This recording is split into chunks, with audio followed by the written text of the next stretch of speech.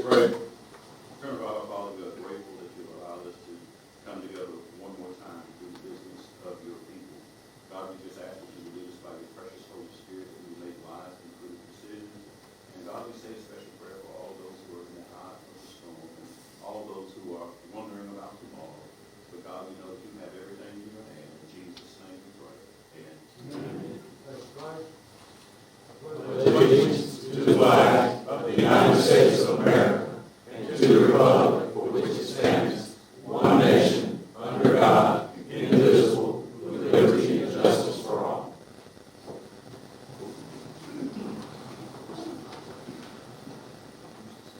I'd like to welcome everybody.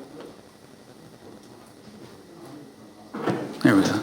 I'd like to welcome everyone here tonight. A little bit of a housekeeping. If you have a cell phone, please either put it in the silence mode or either turn it off if you would, please. Next thing is conflict of interest. Does any commissioner have a conflict of interest with any item or items on tonight's agenda? Hearing none, we move forward. Approval of the agenda. Is there a motion to approve tonight's agenda? Motion moved. Is there a second? Second. All those in favor, please raise your right hand. Did you raise your hand? Oh, okay. 7-0. The motion is approved. And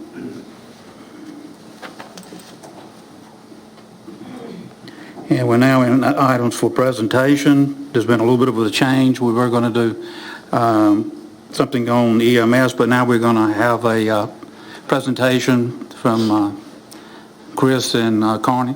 Chris, okay.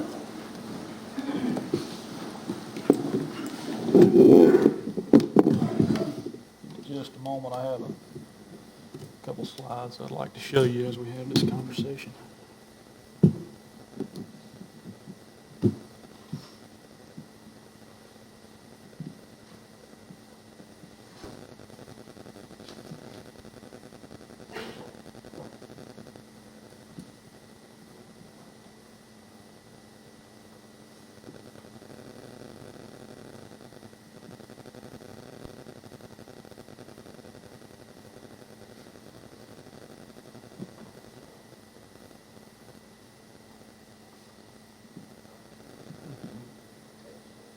For some reason, it is not showing up on it showed up on my computer.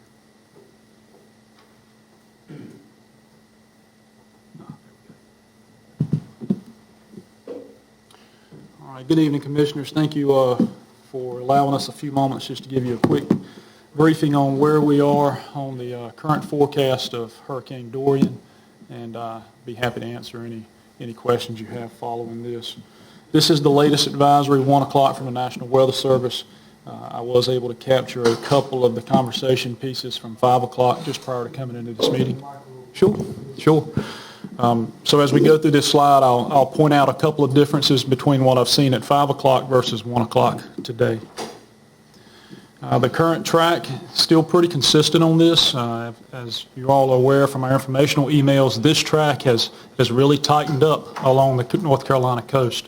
Forecasters are still pretty adamant that this is going to probably make landfall or brush the Cape Fear area of Wilmington, kind of stay parallel with the coast, possibly brushing Moorhead, crossing Cape Lookout, and following the barrier islands toward Cape Hatteras. Now, as we look at this track, one thing that's important to remember, historically speaking, for these track models, inside of 4 days, there's about a 50-mile range, historically speaking, that this is accurate to. So the track we see in forecast models is a center line. It could vary 50 miles, give or take, either side, which could have some significant impact changes for us in Beaufort County.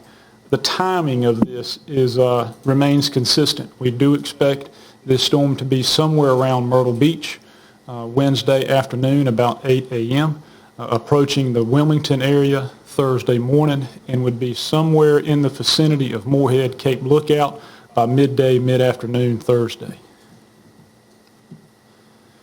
We are currently under a hurricane watch for Beaufort County. We do anticipate this to change to a warning, most likely tomorrow morning or sometime around lunchtime.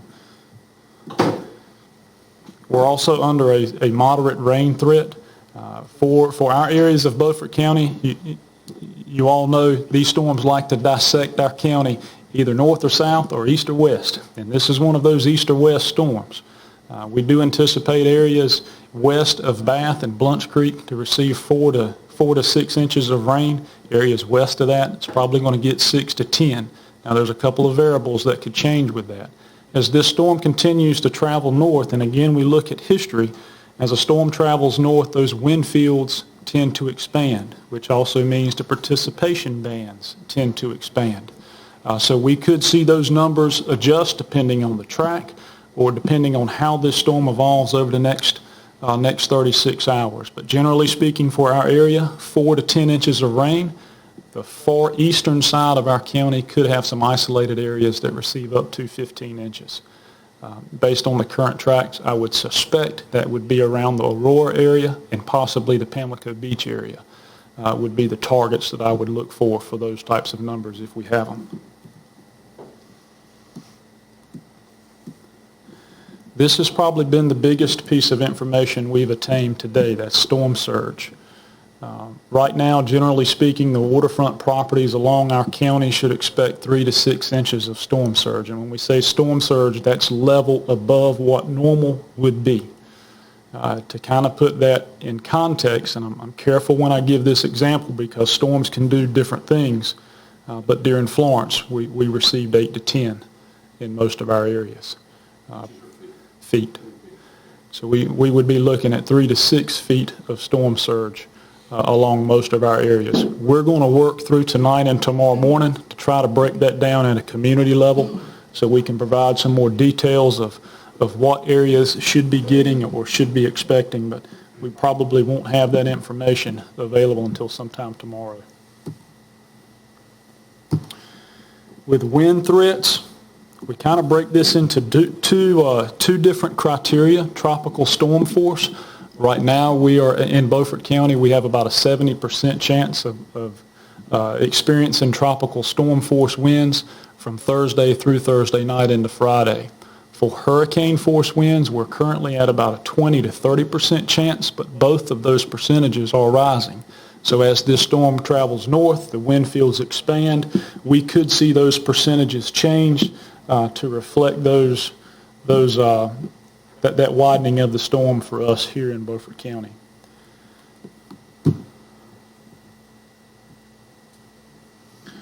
I think preparation-wise, tomorrow's probably going to be our last nice day. Things are going to start to deteriorate tomorrow afternoon into tomorrow night, and particularly for Thursday. We will probably start to see some rain move in our area beginning tomorrow evening and into tonight, possibly some squalls with some gust of winds. Thursday morning, probably continue with rain and some lighter winds, but we should be reaching that tropical storm threshold midday, 3 o'clock tomorrow is what we're anticipating based on the current track. Now, this storm has been tricky to predict, particularly with timing. The path, the models have been pretty spot on throughout, but the timing has been an issue. So this storm is expected to continue a generally slow northern trend through Wednesday and then really accelerate Wednesday afternoon through Thursday and Friday as it makes that northeastern turn and away from the coastline. These numbers may change. It's just something we have to monitor in the coming days. So with that, I'll be happy to answer any questions that any of you may have for us in our approach so far. When the storm makes its turn, I guess somewhere around Cape Lookout, somewhere in that area of Wilmington, how fast is it going to move out of here? We expect whatever impacts Dorian brings to our county, we're going to see the worst of it Thursday midday through early Friday morning. Now, we do anticipate Friday morning, maybe going into lunchtime, we should be on the backside of the storm. We still should see some of those wraparound gusty winds, probably at a tropical storm force level, if best. But whatever punch this brings, we expect to see it Thursday midday through Friday about noon. That's based on the current track and progression. And what is the likelihood of isolated tornadoes? It's marginal or minimal for this storm. That risk is primarily going to be from that stretch of land between Wilmington and Cape Lookout because of the way the winds are wrapping around this storm and making landfall. It is possible, the area of Aurora, the southern, southeast corner of our county, they're right on that tornado risk line, but it's minimal for our county as a whole. It is possible, but not elevated. Thank you. Yes, sir. Any other questions? Thank you. Okay, I'll go ahead and read the ordinance. Beaufort County's State of Emergency Ordinance, Proclamation of a Beaufort County State of Emergency, Section 1, pursuant to County of Beaufort State of Emergency Ordinance and Chapter 166A of the General Statute and Article 36A, Chapter 14 of the General Statutes, I have determined that a state of emergency has defined therewithin exists in the County of Beaufort. Section 2, I hereby proclaim the existence of a state of emergency in the County of Beaufort. Section 3, I hereby order all law enforcement officers, employees, and all other emergency service workers subject to my control to cooperate in enforcement and implementation of the provisions of the county emergency ordinance that are set forth below. This requires all Beaufort County departments to work with the National Incident Management System during Hurricane Dorian response and recovery phases. Section 4, execution of emergency plan. All civilian and emergency services workers are hereby ordered to comply with emergency operations plan. Section 5, the proclamation shall become effective immediately. Proclaimed that the third day of September 2019 at 5:30 p.m. the state of emergency will remain in effect until lifted by this commission. And just a few notes we want to add to it. Number one, I know that the general public has a lot of questions about the Hurricane Dorian and how and what's in store for us. Please note there are still many uncertainties about the potential track of the storm. Please rest assured that the county staff are closely monitoring changes in the storm, have emergency plans in place, and will alert the public as soon as possible on any updates, including evacuation orders, shelter openings if needed, transportation assistance, points of distribution location, or feeding assistance. The county will provide updated information to the public by pushing information to local news outlets and by publishing updates on the county's website. Number 3, I urge that everyone take Hurricane Dorian seriously, use this time wisely for preparation. Any questions?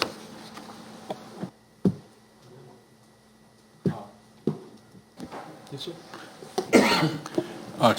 Could you get information directly to me? Sure. I could get an email right now.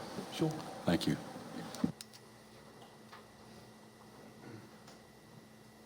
Thank you, guys. Martin?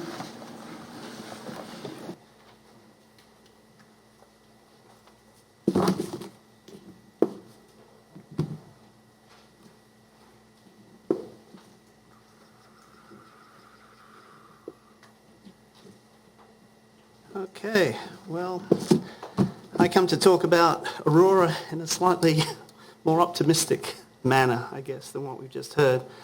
Cliff Williams, the mayor, was going to be here, but because of the hurricane, he's stayed in Aurora to assist with preparations there, and also they have a council meeting tonight as well, so they're going to be talking about what you guys just talked about the hurricane.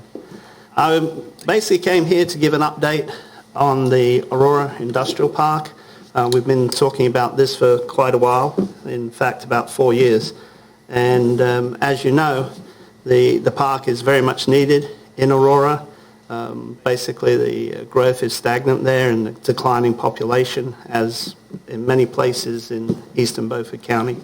But it also provides a opportunity for companies there to provide a much better environment for their employees and through community services such as sewer, water and paved roads.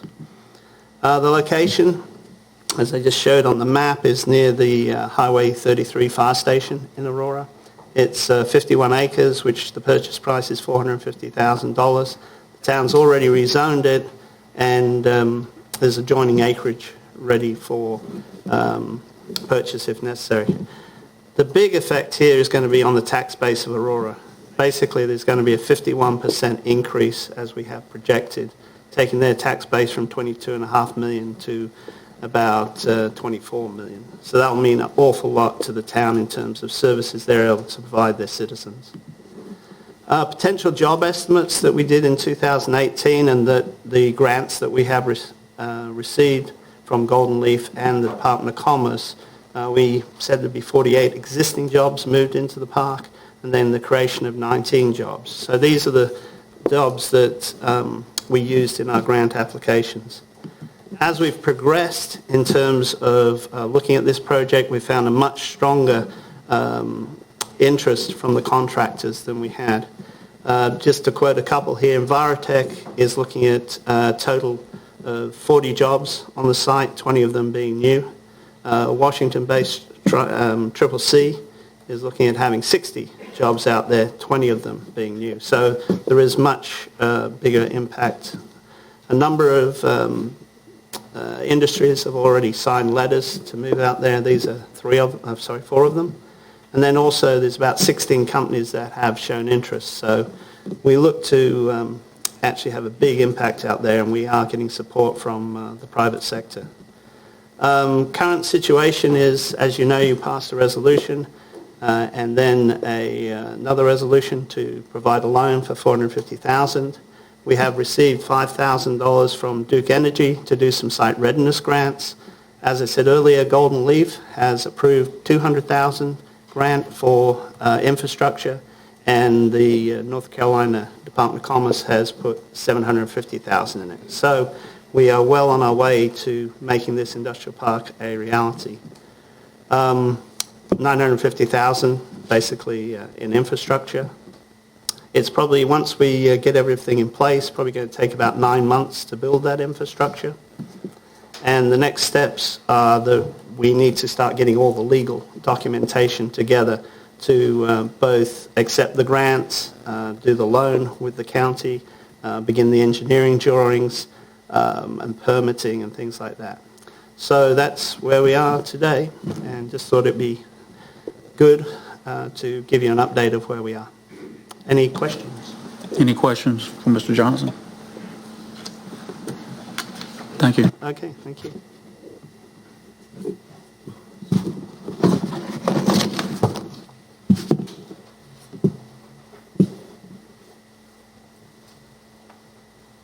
Anita?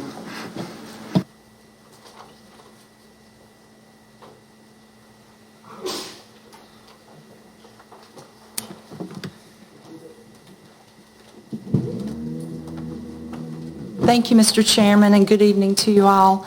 I'm here this evening with the County Purchasing Agent, Holly Jones, and we're here to do a presentation and talk about purchasing and procurement in Beaufort County.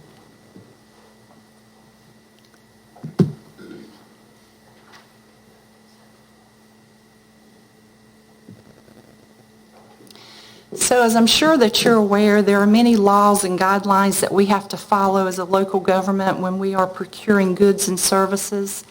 And the bottom line is the reason we have to do that is because the Supreme Court said we have to do that. In fact, in 1945, the Supreme Court stated, the purpose of competitive bidding laws is to prevent favoritism, corruption, fraud, and imposition in the awarding of public contracts by giving notice to prospective bidders and thus assuring competition, which in turn guarantees fair play and reasonable prices for contracts involving the expenditure of public money. So in short, the reason we have bidding laws is to promote fairness and transparency, to encourage competition, to procure quality goods and services, and to make very wise use of public funds. So I'd like to go into the North Carolina General Statutes now, and I'd like to begin with General Statute 143-131, and that's the general statute that governs informal bidding. So informal bidding is required when we are purchasing apparatus, supplies, materials, and equipment that is greater than or equal to $30,000 but less than $90,000. Or we're doing a construction or repair job that is greater than or equal to $30,000 but less than $500,000. North Carolina law states that the contract shall be awarded to the lowest responsive bidder, taking into consideration quality, performance, and the time specified in the bid. And when we talk about responsible bidders, what we mean is, does that contractor or that bidder have the skills, knowledge, and experience and financial resources that it takes to fulfill that contract? And a responsive bidder means that that bidder complied with all material respects and specifications of the bid. So the procedures for informal bidding are not really stipulated in the statutes, believe it or not. But typically, with informal bidding, that means that we are speaking to vendors either by phone or by email to receive several quotes for the item that's being purchased or for the service that is to be provided. And then again, there are no minimum number of bids that must be received through the informal bidding process, although there should be multiple sources solicited, multiple bids from different sources solicited.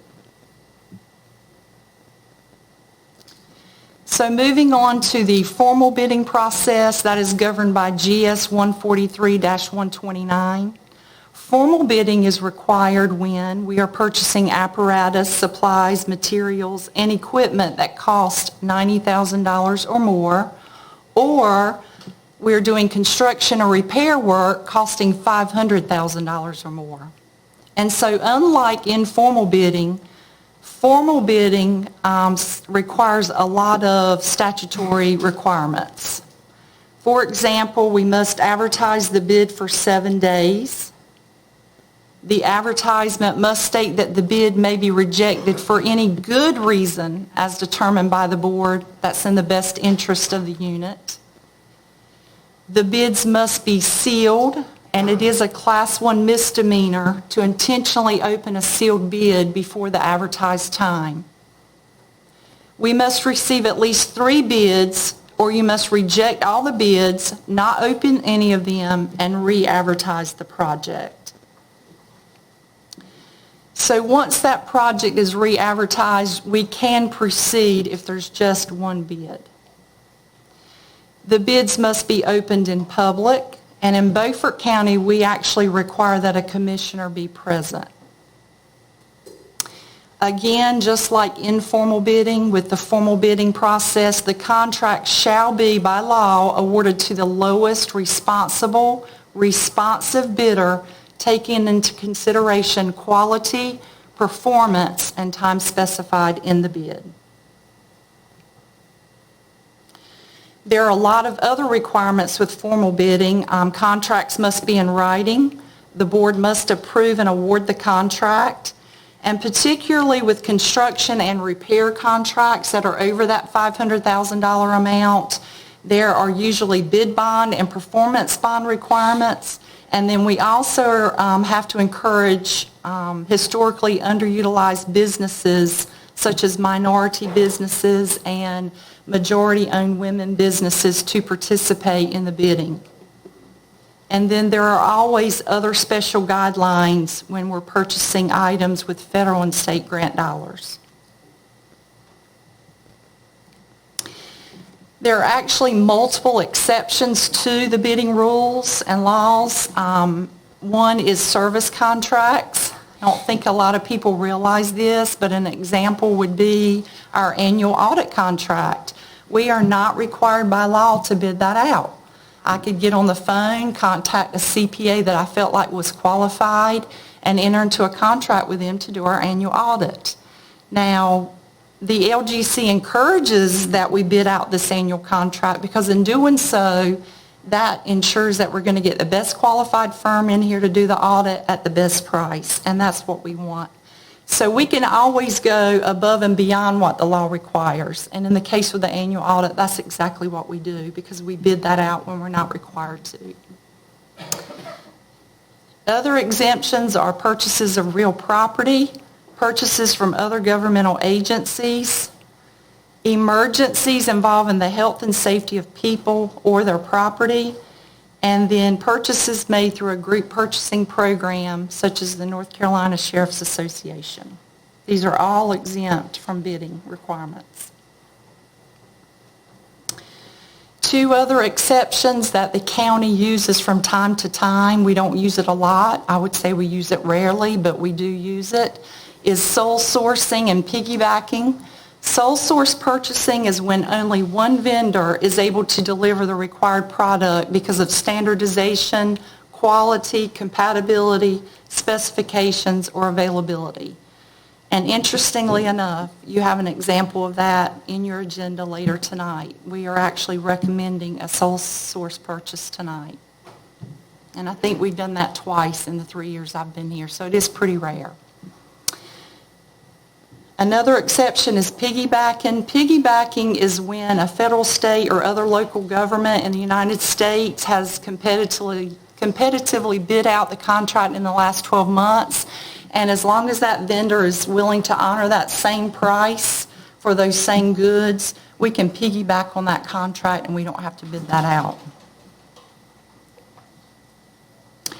And then the final list of exceptions, purchases of fuels, purchase of IT equipment through contracts established by the North Carolina Department of Information Technology, guaranteed energy savings contracts, purchases of used supplies, materials, and equipment, and then lastly, purchases of goods and services directly from a nonprofit work center for the blind and disabled. Other important things to note about purchasing: it is strictly illegal to split up a project into smaller projects in order to circumvent the bidding process. That is an absolute no-no. As I mentioned, county policy and/or practices can exceed what is required by the law. In other words, our purchasing policy can be more restrictive than state law. Beaufort County's purchasing policy mirrors the state laws and guidelines, and we have the same dollar thresholds. So more specific to purchasing here in Beaufort County, we're required to follow the North Carolina General Statutes, and that's what we do. We follow them in all regards. And as I mentioned just a moment ago, our policy, our Beaufort County purchasing policy mirrors the North Carolina General Statutes.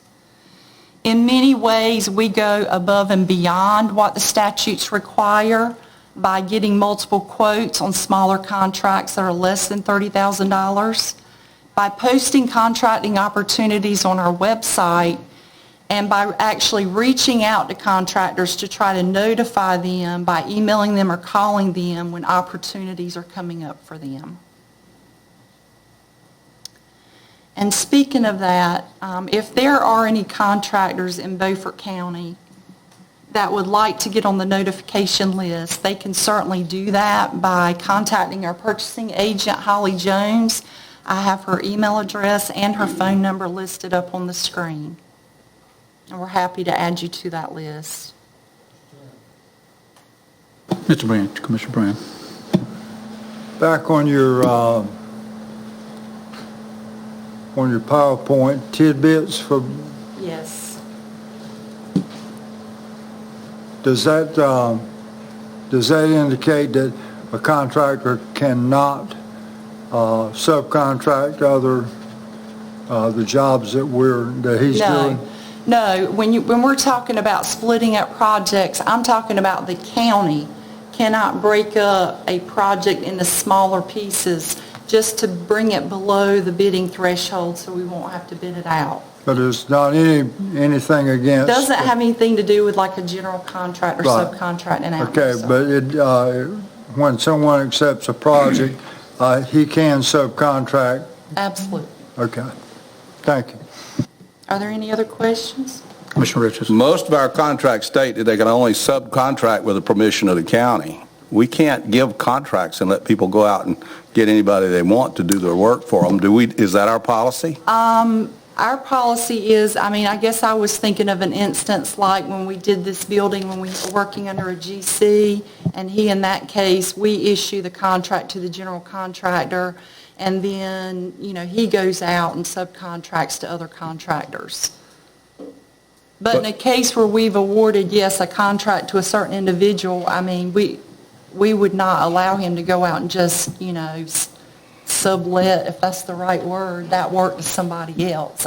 He's the person that's been awarded that contract. Of the contracts that I remember, there's usually a provision in there that says that you cannot pass this contract off to somebody else as a subcontract. You can't go get somebody else to do the work once you get the bid.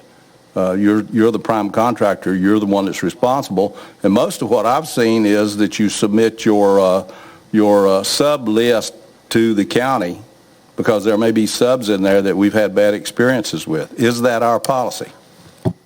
I'm not sure. I'd have to find out. Christina manages most of those contracts as the Public Works Director, and she's over maintenance of the facilities. And generally, that's when those contracts would come up. I'd have to go back and review a contract to make sure.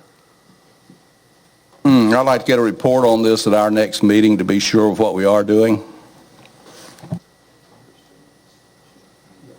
Christine, you can come on up. Christina's going to rescue me. Thank you. Thank you. If possible, I'd rather answer everything tonight. The majority of the contracts that you're speaking about are the larger contracts, most specifically in the water department, and you are correct. Those contracts do require that the GCs would list their subcontractors that they plan to use. Oftentimes that's part of their bid, so that is part of the bid evaluation that is done. Projects that are done through funding agencies, that is a requirement of almost all of the funding agencies. So the larger contracts, that is the case. It's very difficult to talk about procurement because you're talking about items that could be from $5,000 to, $4 million. If we're talking about our HVAC service contractor that's coming in and is replacing a small boiler unit at the courthouse that's done under a service contract, there's not really documentation that says you cannot subcontract this out, but that is not historically done. The contracts and you speak about the county contract, the county contracts, for the most part, that is not a specific condition that's listed in the contracts that I have seen, so for the smaller items. But for the larger items, it definitely is one of the requirements that's listed. For the smaller items, I would say, again, it's a smaller amount, and we have not come across that where someone has tried to subcontract the majority of the work. For the most part, it's at least 50% of the work would need to be completed by the prime. But in the years that I've been here, that has not been an issue. Mr. Chairman, Christina, Yes, sir. you're mainly speaking something as when we were boring underneath the river, Yes, sir. that was subcontract. Absolutely, because for the larger projects, again, there's specialty type work that the boring contractor, that's someone that only does boring work. They move around the country putting in those bores, so that's not someone that would bid on the overall project. So that's why you have the subcontracts for the larger projects, for the specialty work. Again, the renovation of the courthouse, we did that as a GC, but the spray-on fireproofing, again, was a specialty type contract. So that portion of the work was done by a subcontractor to the GC. Thank you, Anita. Well, I have a big question. Go ahead, Stan. Anita, would you be so kind, and I appreciate you doing this tonight, by the way, but would you be so kind as to Send the bid requisitions and the requirements to all media sources. I understand that you do that with the Washington Daily News now. They probably charge as an advertisement, but there may be other media in the area that would do it as a service to the community. I would do it as a service to the community with Beaufort County Now. If you would send me the entire request, all information, I will put it up, and I'm sure others would as well. Brian? We can certainly do that. We are required under contracts that it be advertised in a newspaper with general circulation in the county. The paper of record or something like that, yeah, but I think as long as... they don't reach everybody, I can tell you, especially now. It can be very expensive. I think as long as people are willing to do it for free, there should be no problem with that. Should be no problem. I mean, the more avenues we can use to get it out there, I'm perfectly fine with that. Put me on your list. And probably Beaufort Observer as well. They may want it. I'm done. Is there, turn your mic on. Turn your mic on. Okay, do you maintain discriminatory, that's a poor choice of words, list, for instance, for people who provide heating, air conditioning materials, people who supply like office supplies, or people who supply general supplies like paper towels and toilet paper and things like that? How do you segregate the people that you contact when you're ready to purchase something? I don't want to speak for Christina because she's right here, but I believe that she does have lists of certain contractors that have been asked to put on the list to be notified if certain opportunities come up. It depends on the project, and again, because procurement is not just public works, but it's spread throughout the multi-departments of the county. Social services has purchasing that they do, the sheriff's office has theirs, the health department has theirs, so each department would maintain a list of known people that do that. Holly keeps a track of a bid list. People that come in and drop off cards or drop off promotional material are added to that list, and that's how it's done. There's also the state purchasing, right, the IPS, there's an online listing that has the information for that. And a lot of it is also just general information. There's not, if we lived in a larger metropolitan, then there would be, that information would be much more readily available, but oftentimes it comes down to typing in a Google search to see certain contractors that provide that service in this area. So it's a lot of known information and what you're able to get from the Yellow Pages or from Google. Well, maybe I'm wrong with my understanding. When we hired a purchasing agent, that we were going to have a professional organization, and a part of that's professional organization, and what you're telling me is that we're still fractionated or factionated, whichever word you want to use, in the way that we go about purchasing, and that the right hand doesn't necessarily know what the left hand is doing. But my understanding was that the purchasing agent was going to sort of centralize this stuff, and that there would probably be some list that if you were purchasing certain goods that would go out automatically to those vendors who had indicated that they wanted to be on the bid list. So we're not doing that. My response to that is that purchasing always begins at the department level. We are certainly here as a resource. We help in any way we can. We see ourselves as a service department. Finance, we pay vendors for departments. We pay their employees. Purchasing is another aspect of that. We're willing to help with purchasing in any way we can. You have very sophisticated purchasers throughout the county, such as Christina, that's actually done it a lot longer than I have. But I'm here to help brainstorm and work through any issues that might come up, and we certainly do that with all departments. We do police it, and the way we do that is that's through the purchase order and encumbrance system.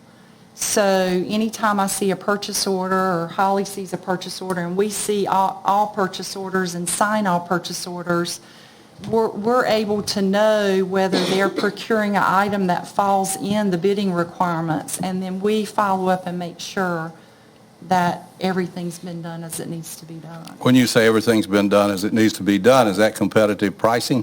If you see a purchase order come through from one department for a certain price, and it comes from another department for a radically different price, not close, what do you do? We would reach out to the department that overpaid and said, you're overpaying, there's a much better way or place to buy this from. Have you done that? I would say we've done that from time to time. Yeah, yes. give me some examples. Do you have any examples off the top of your head? I can look for examples and bring them back to you. Well, you've already answered my question if you have to look for examples. Now, let me tell you what... I don't have them on the top Let me of tell my you, head. well, you should have them. Commissioner Richardson, I signed 2,000 POs a year. You I don't should. have them on top of my head. I'm sorry. You should have them because the essence of honest purchasing is keeping the pricing in line.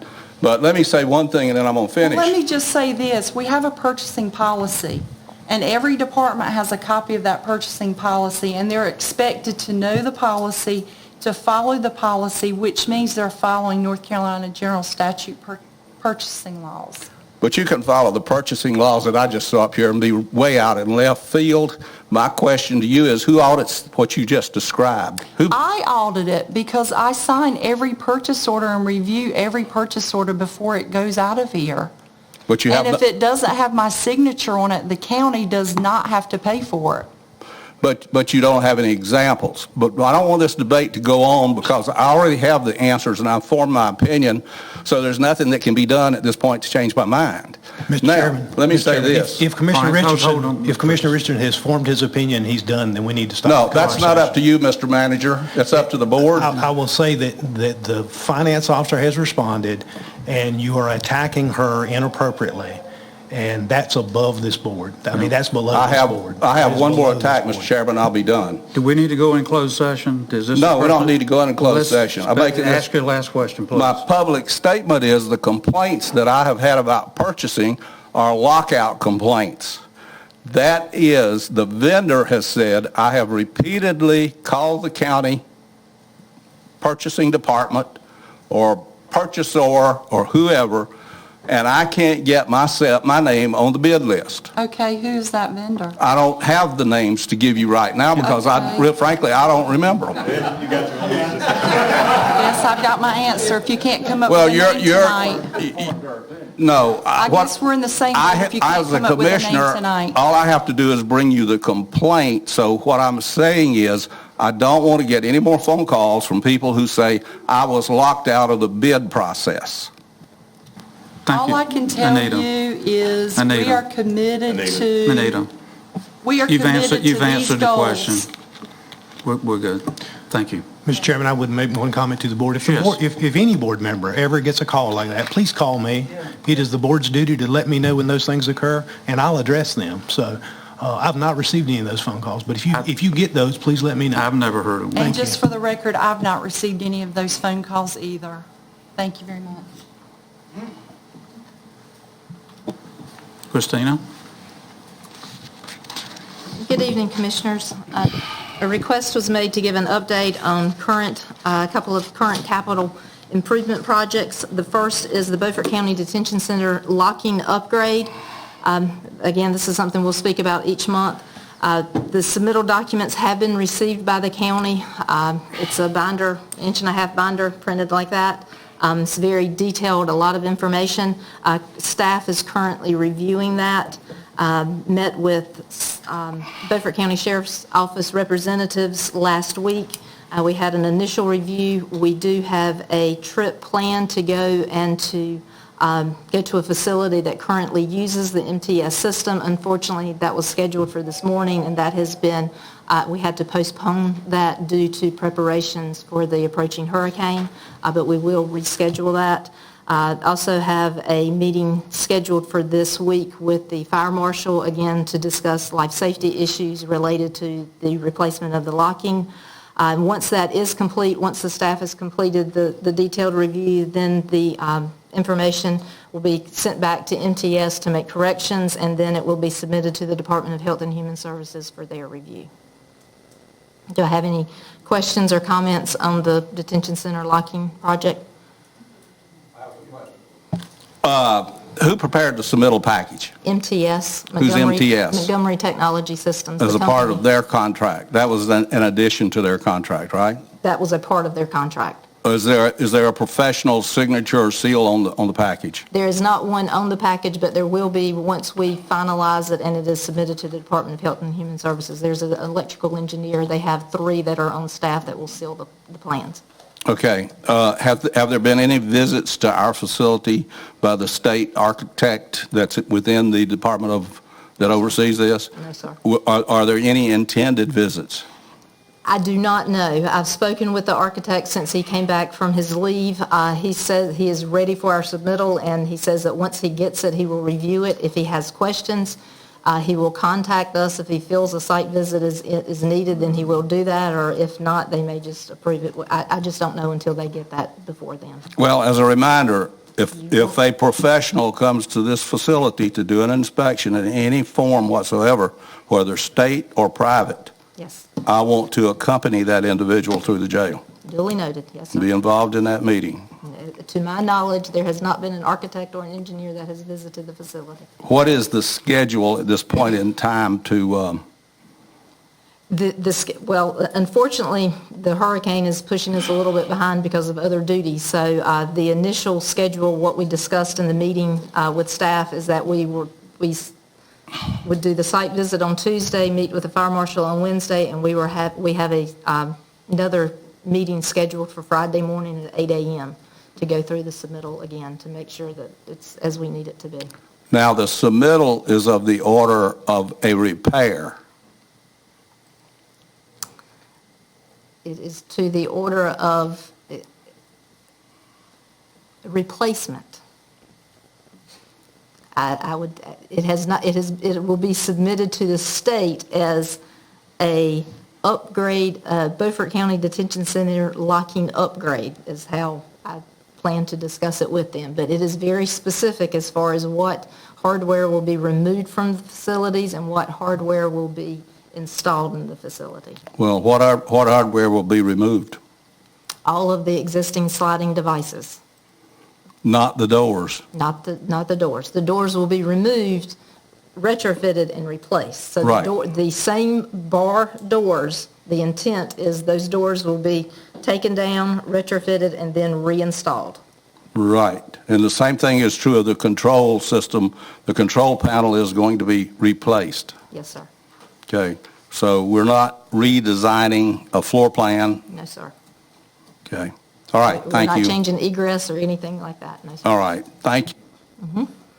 The second item is regarding the AMI project, which is through the Beaufort County Water Department.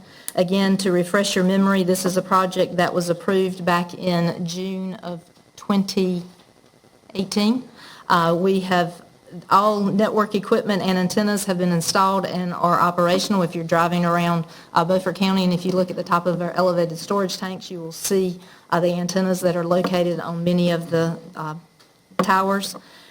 As of, actually I've got updated information, as of this afternoon, 7,614 meters, or 57% of the 13,250 have been installed. That's the majority of districts 2, 3, 4, and 5. To give you a little geographical reference, that is basically from Washington east on the north side of the river. So we have replaced the majority of those meters. They are now, the AMI meters are installed in those locations. Overall, the contract is scheduled to complete by the June 30th, 2020 completion date. Any questions or comments? June 30th, 2020. Commissioner Waters. Christina, I guess some of the newer meters have been out there long enough that you're already using that for billing purposes. Yes, sir, every month. Any particular problems at this point in time? There have been a few isolated incidents. I mean, anytime you're replacing 7,600 meters, there have been a few issues. But the customer service agents, as well as the Beaufort County operations staff, if there is an issue, a truck is dispatched and they go out and look at it Again, there's a lot of information passing back and forth between two different computer systems, so there have been some instances. But overall, I believe it has been a very smooth transition. Even the customer service reps say that it has been better than what they anticipated. And I think overall it is changing the way that we are doing business. This past month, we actually had an issue with the scheduling of a training event, and due to the AMI meters, we had some flexibility being able to move things around because it's not such a rush to get the over 8,000 meters read in 2 weeks. Thank you. What would you say your rework rate is for the meters? The rework as far as them having to go back and replace meters that are put in? No, not replace, but you've installed a new electronic device. So what is the rework rate to go back and get all of the devices working? What percentage? Of 7,600 meters, would you say, Eric, less than 100? Okay, thank you. Thank you. Thank you, Christina. Okay, we're moving on to public comments. Ms. Mish?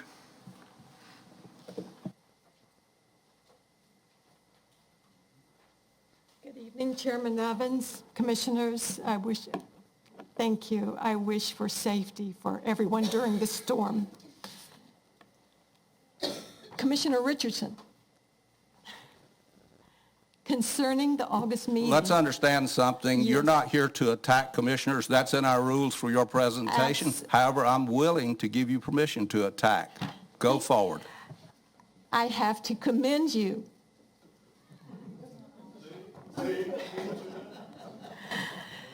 Thank goodness I got my 4 minutes tonight. And I wish for your safety as well during the storm. In your efforts to draw down the number of people in our jail, for your comments about the trend across the U.S. to get people out of prisons as well, and for your saying mentally ill people shouldn't be in the jail. Maybe I misheard you. Okay. I'm sorry. I'm leaning in tonight. For a split second, it sounded as though you were going to share an epiphany on jail reform. An epiphany is what we need here, one that will bring us to a consensus about our jail. The epiphany being we cannot structurally fix what is causing our legal jail problems, and we must figure out what to do about it.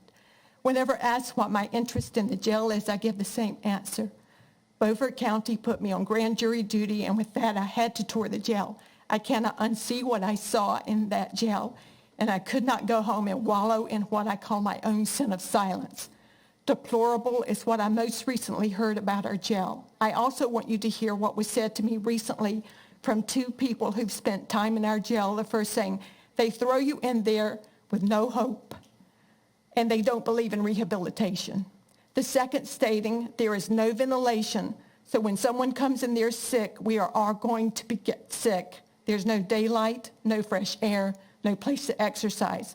You will take any deal they throw you just to get out. They need to tear that place down. Is this what we in Beaufort County consider fair treatment and fairness in our justice system? We sit here in privilege and complacency. Privilege in taking for ourselves the right to put others at greater disadvantage than they already are. Collectively holding harmful power over others' lives while they wait for due process. Complacency in allowing for the last 20 years the true issues of the jail to be tangential or irrelevant to politics. Cultivating tax fears instead of making long-term planning for a new jail with sound funding structures. Complacency when we believe it better to keep the dime in our pockets. We should have collected over the years to build a new jail and not think twice about the reckoning of our own behavior. Reform in the U.S. is about addressing trends. Response to opioid addiction, the mentally ill, the economically disadvantaged, for those who need treatment instead of more punishment. Yes, we need less people in jail, but we also need a facility that doesn't cause more harm like the one we have now. We have a serious problem. Vice Chairman Langley, please keep the jail on the agenda for discussion. It's time we have a dialogue about the power we wield over the disadvantaged human beings in our jail. As we choose to be neglectful in doing our job for all the people in Beaufort County It's time to give a reasonable explanation on why we think we have the right. As we get closer to the time of approval for the repair project of putting shiny new doors in our sorry jail, we must now prepare for hurricane flooding, evacuations, and cleanup of the jail. Yet another step in the misery we choose to put upon the misery of the jail. What do we care? Who cares? Just more privilege and power and complacency for us. What about staff sent to transport evacuees during these times? What do we care about the staff leaving behind a pregnant wife or any parents leaving behind young children? What do we care about anyone's well-being? No amount of hazard pay to those we force to work beyond what would be a normal flood-free facility could never make up for our dereliction, our failure to find a resolution for our chronic entrenchment, our refusal to move away from a repetitive knee-jerk response to our jail problems, to working out a value-driven, effective, well-thought-out replacement effort we can all feel responsible for or at least agree to accept. We need to take to higher ground literally and figuratively to continue the way we are going with disregard for any moral consciousness, let alone the enormity of any cost adds more absurdity on top of the absurdity we've been cultivating for the last 20 years. How can any of us think we are unburdened? It's time to put perspective on what is really going on here. Thank you. Thank you. Mr. Anderson?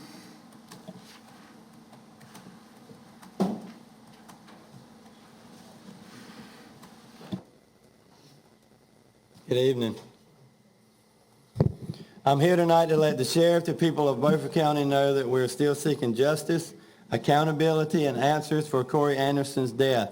Since I was here last, my sister is gone and had the opportunity to talk with the sheriff, finally, and Chief Rose. Corey's dad and I have been asking for over 2 years now to meet with the sheriff. He will not. My sister had gone to ask, please tell us why you didn't call. He said there's no SOP to notify the emergency contacts every time an inmate is seen at the hospital. I understand that. All cases are not emergencies. The sheriff said an inmate may be seen for a bump on the head, for instance, and sent back to jail. Corey's condition was very serious. He was admitted to ICU. In fact, Chief Rose told us in May of 2017 that he knew it was bad from the very beginning. The sheriff said he was being updated and notified of Corey's condition, that the communication was going up and back down the chain of command, he said. Corey's condition was getting worse. In the sheriff's words, Corey began to crash. In other words, Corey began to die. The sheriff said at one point in the conversation with my sister that he didn't want to call, was the reason that he didn't call. When he said that, Chief Rose quickly spoke up and said, you're being facetious. Was he serious or was he really being facetious? He said it. Either way, it's not appropriate in any way, shape, or form from an elected official or a sheriff. The sheriff also reminded my sister that he did get reelected and that 99% of the people thought we were making total fools of ourselves. So be it. And that he was tired of the BS. That's what he referred to as all this stuff surrounding Corey's death is BS, as he referred to it as that.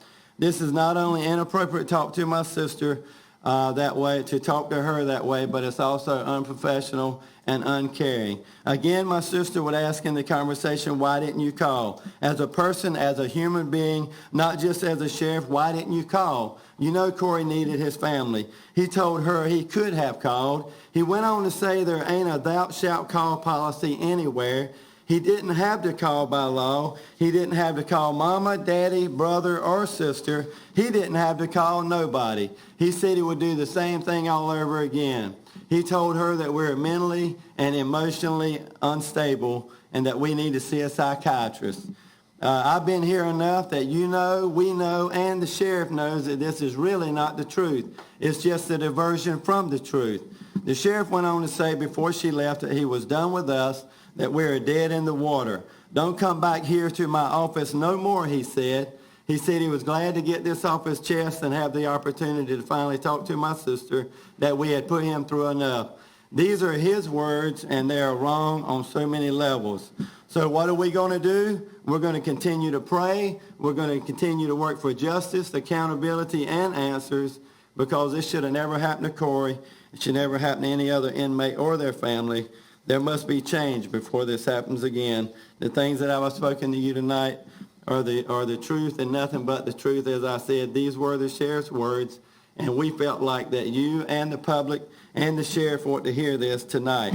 Thank you, commissioners, and thank God for the opportunity to speak again on Corey's behalf, because as we all know, he is no longer able to speak for himself.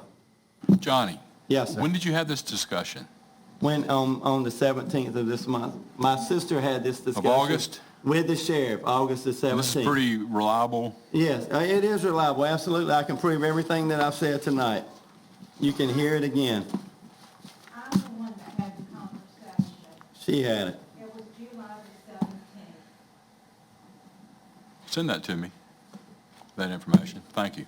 Thank you. Thank you, Mr. Anderson. Yes, sir, thank you. And may I add, Chief Rose was there, and if I've said anything that's untrue, he can speak up and say so now. He knows it's the truth.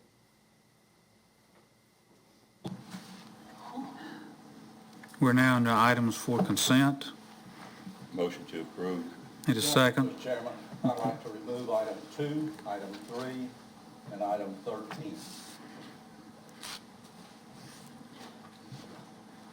You want to discuss them again? Is what you want? You want to put them on item for decision? Oh, yeah, they need to go under item. Okay, they're all good. They'll come in that same order.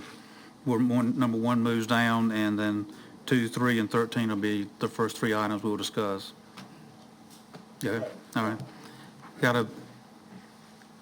We got a motion and a second. All those in favor, please raise your right hand to the revised consent agenda. How many hands? How many opposed? Wait a minute, you're voting to revise the consent agenda. I'm sorry, the agenda. You're voting on the consent agenda. Right. Okay, well, I'm voting against the consent agenda. Okay. Wait, Five. the vote was... You still did you know it? I thought the vote was to take Hood's items off to discuss later. Okay. You ain't got to vote for consent. All right. Take off.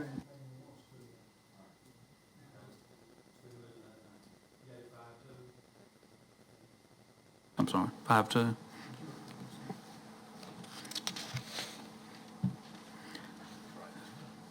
Okay, we're down to items for decision. Hood, you want to go over number 2? Number 2? Well, number 2 needs to be presented in order to go over it, so whoever's going to present it needs to present it. I'm not going to present it for them, I'm going to vote against it. If it's up to me, it won't even come up.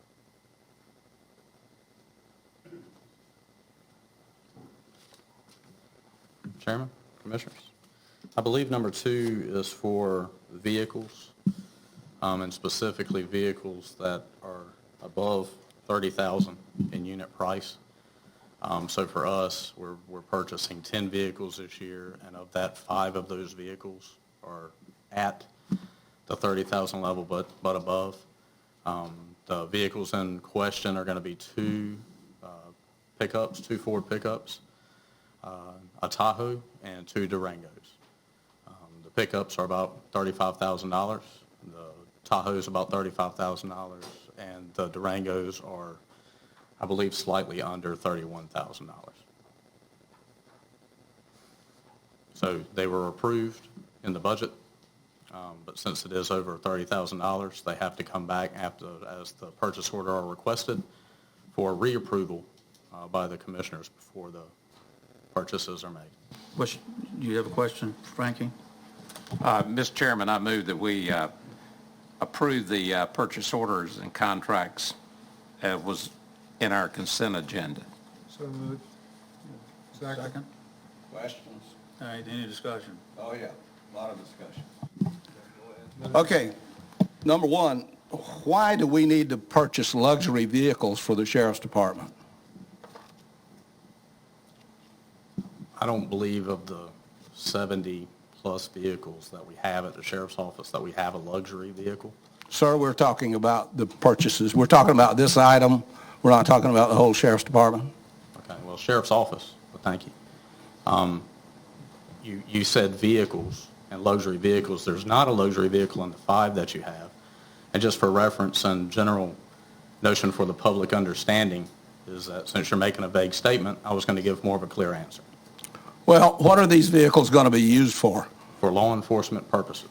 What are law enforcement purposes? Are they going to go on patrol? How are they going to be used? Who will they be assigned to? They're going to be assigned to deputies, law enforcement officers that are going to be doing law enforcement tasks. Like there may be something that comes later on this week that we use four-wheel drive vehicles and high-clearance vehicles to operate in times where water is up and we've got to get to areas within the county that are wet and soggy that you can't do with a sedan or an economy vehicle, I guess, if that's the reference, that we need to be driving economy vehicles for doing our work purposes. But, you know, in 2014, when the sheriff became the sheriff, we had only 2 or 3 four-wheel drive vehicles, high-clearance vehicles. And I'll give an example. Back in 2011, our fleet looked about the same. And during Irene, we could do very little. In fact, we did very little. I was a sergeant at the time, and I was actually pretty embarrassed about the level of operations and performance that we can do as an office, and me personally as a law enforcement officer, because we didn't have the correct equipment to get the job done.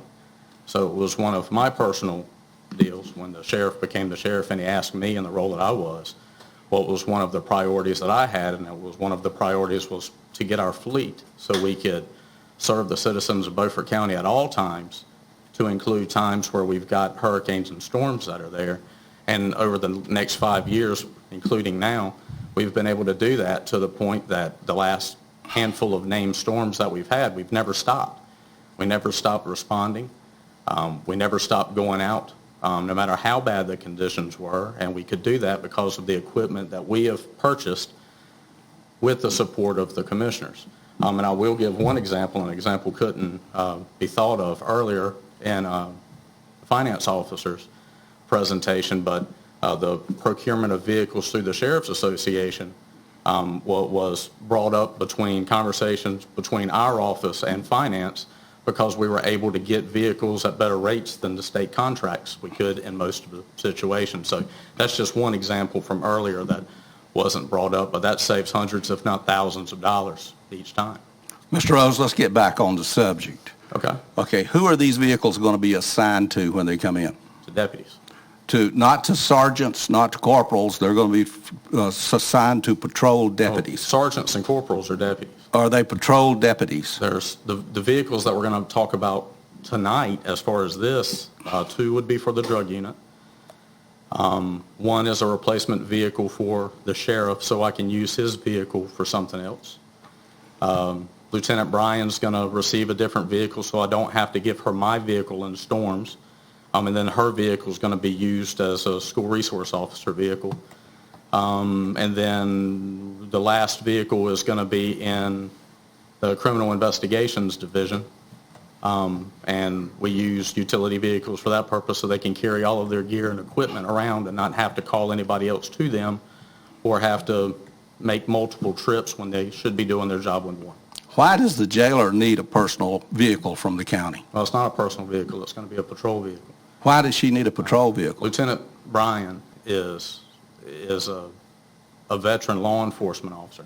She is a jail administrator, but she's also run the criminal investigations unit in Dare County for the sheriff's office. She has been called out in homicide scenes to assist. She was called out in officer-involved shootings to assist. She carries gear. She's a law enforcement officer. She needs the equipment so she can do her job. During the storm, she is a senior command staff level of the sheriff's office. She is going to be not just needed, but required to do tasks that she needs to have equipment so she can do those things. Well, let's see now. Her prime responsibility is as jailer. Yeah. So how much work does she do that's not as a jailer? How many hours a year do you figure that she's doing duties other than the jail? Enough that she needs to have the equipment to do the job. How much is enough? I guess I cannot quantify it. It's more than a little, but less than too much. And during this week, when all of the inmates are going to be out of the jail, she's going to be responsible for taking care of other tasks. So these vehicles are additions to the fleet, is that not correct? No, they're replacements of vehicles that we already have. 2 or 3 of these vehicles I'm going to be able to use in its next life in another position, like as an SRO vehicle or for a surveillance vehicle. But 2 of the vehicles that are going to be replaced are going to be surplus because of high mileage. So no one is going to be assigned a vehicle that hasn't had a vehicle up till now? That's correct. All right. And I have one question that I observed today. Why does an SRO officer need a vehicle that is a crew cab truck that can haul 6 people plus being a truck? Why do they need something like that? The vehicles that we purchase, we use them for multi-functions. The vehicle might be used now as an SRO vehicle that's marked and carries gear around, but then next year that might be an unmarked surveillance vehicle that we use for other tasks. The reason that we like crew cabs is because we carry a lot of stuff around with us. And if you have a regular cab, then you're going to have some sort of box on the back or a cover on the back or something to carry all of your gear. And it's just, we can use those vehicles for more purposes, and we need as much utility as we can. 4-door vehicles, I can fit 4 or 5 deputies into a vehicle. We can drive right up to a house, and if we've got a warrant, we can extract that person, and usually they're in our vehicle getting handcuffed before they even know that we were there. And it's more difficult to put 4 or 5 deputies into a regular cab vehicle. How often does that happen? More often than you would ever. How many times a year do you need to do that? Several dozen to 100 or so. 100? Every 3 days, you're raiding a house somewhere in Beaufort County with a squad of deputies? Yeah, I used to send you press releases, but you need to find that out by watching WITN with our drug charges and other things. That is really surprising that you guys are doing that much based upon the number of people that are in jail. Well, there's plenty of reasons that people aren't in jail, and most of those are because of the situation that we've had for years.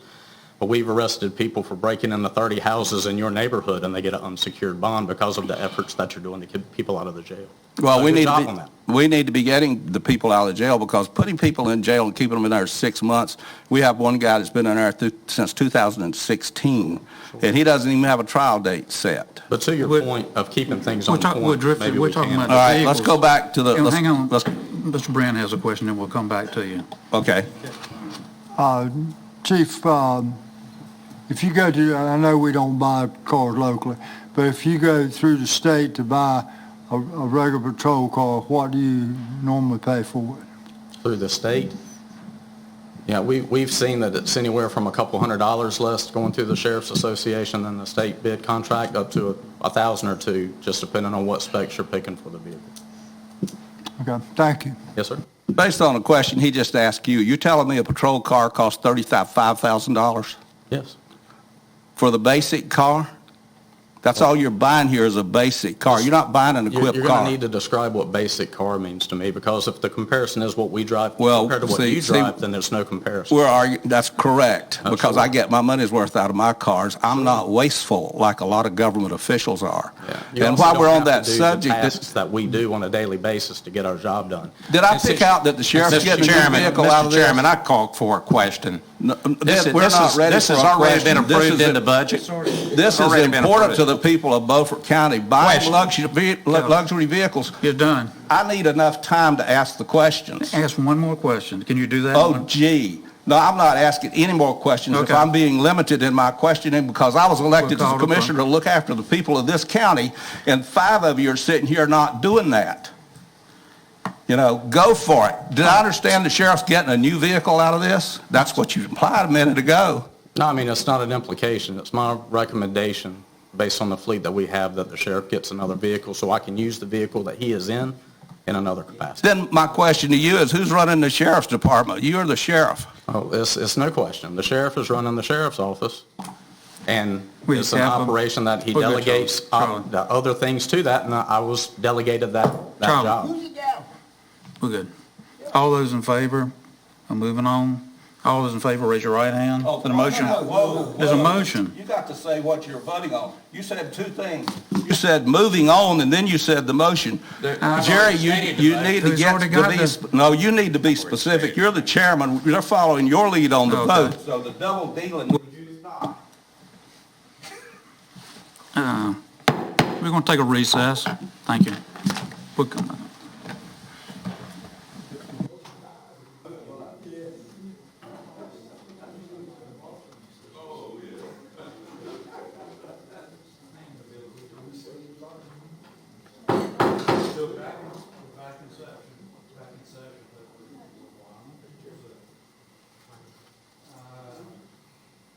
We're back in session. So we're back to item number 2. Do I hear a motion?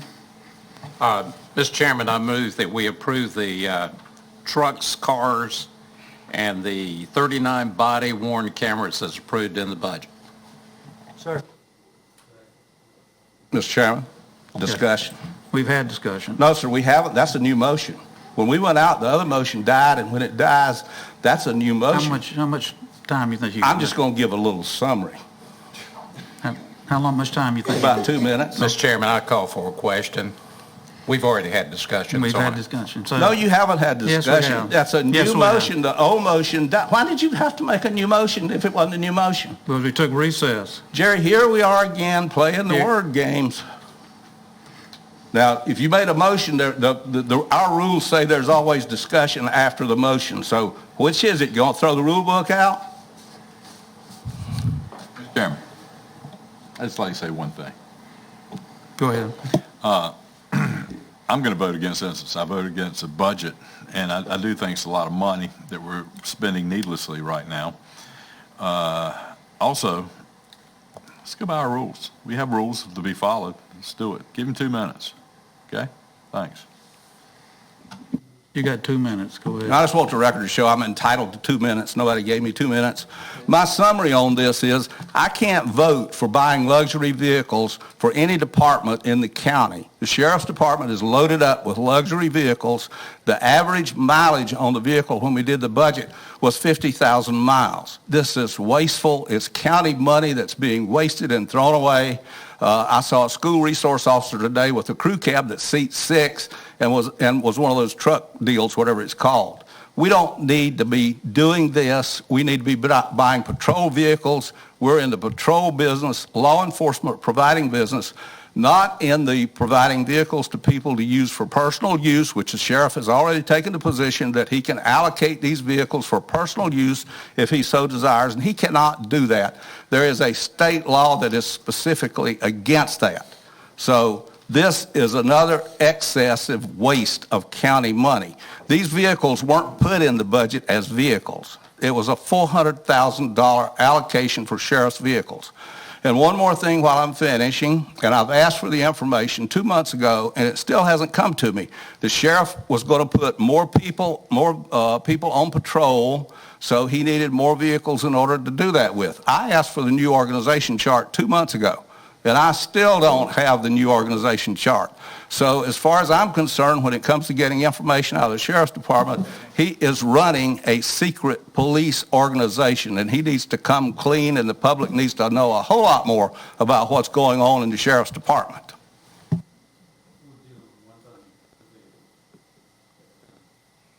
I make a comment about vehicles then? No.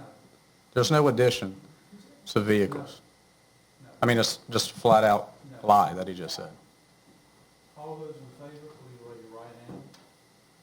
All those opposed, motion passes 5-2.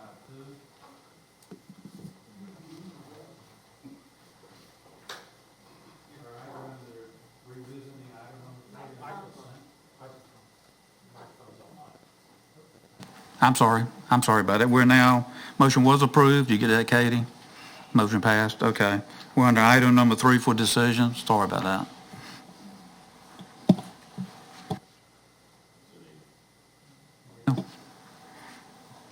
The purchase order carry forward? Yes, I had that under consent. This is something that happens every year. In a perfect world, You know, it's just like when you write a check to somebody, you hope it clears by the end of the month so you won't have any outstanding or reconciling items when you balance your checkbook. But unfortunately, we don't live in a perfect world. So these projects were not completed at June 30th. Those funds that were not spent rolled up into fund balance at June 30th.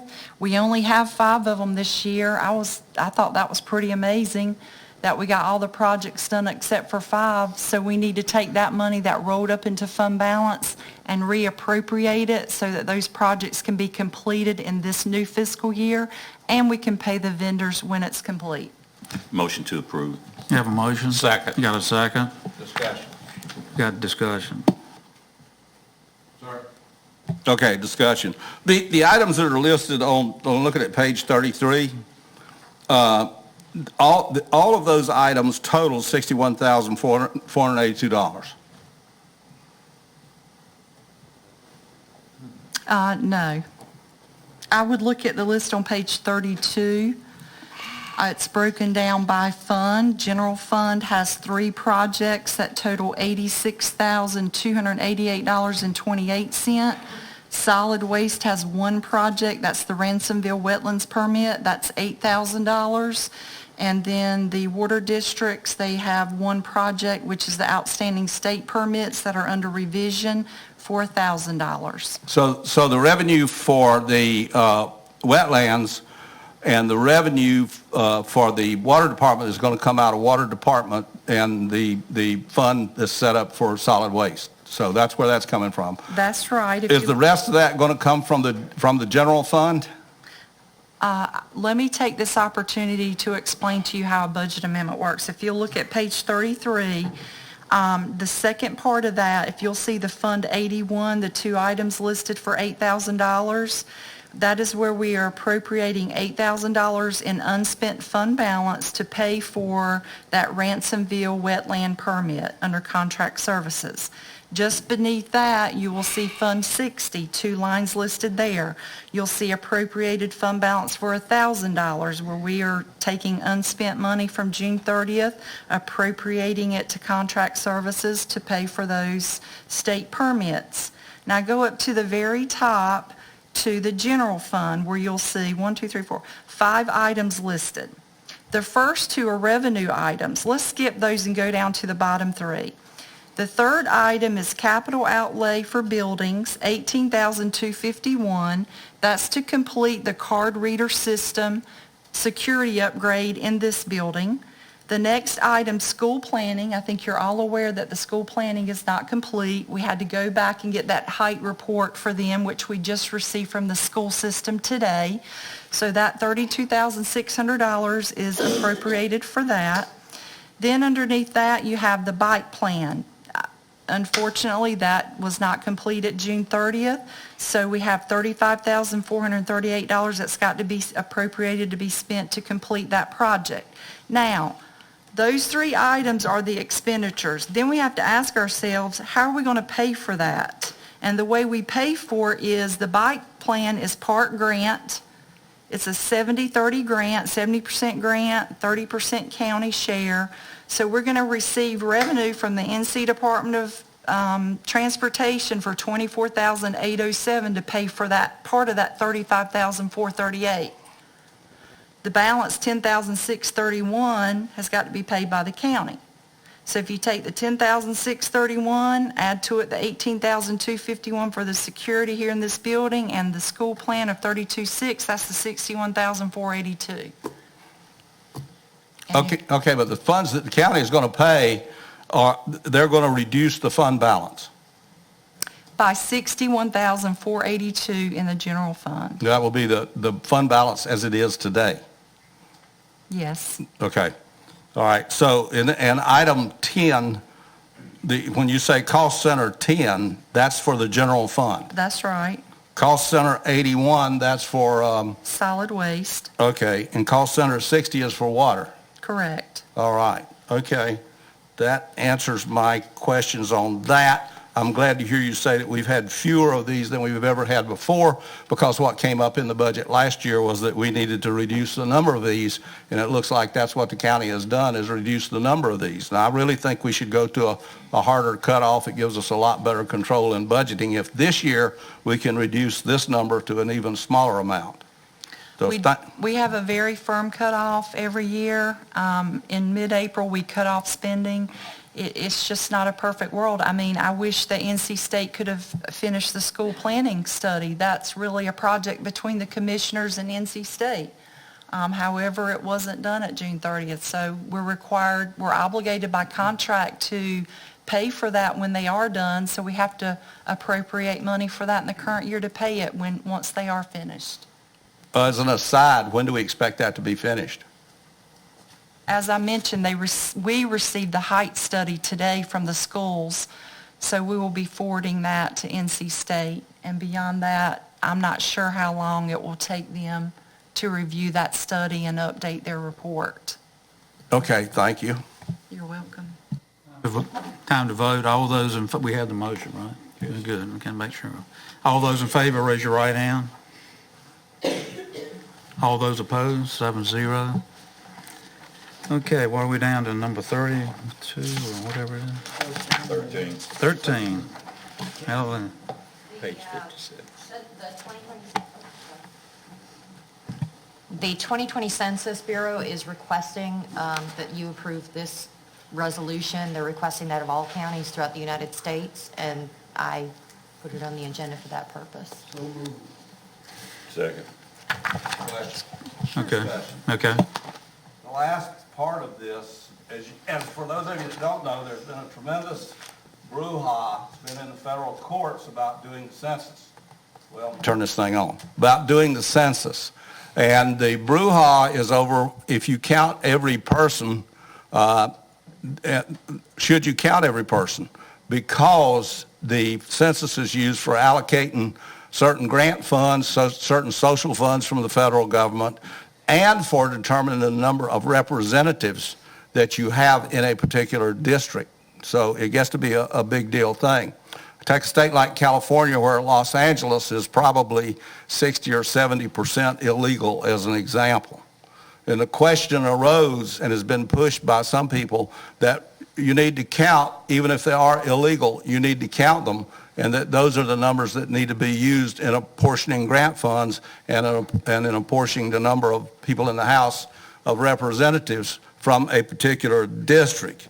The wording on the therefore be it resolved on this caught my eye, because it says, therefore be it resolved, the Beaufort County Board of Commissioners proclaims Beaufort County is committed to partnering with U.S. Census Bureau to help ensure full and accurate count of the 2020 census. Now, my question is, what is the full and accurate count of the 2020 census?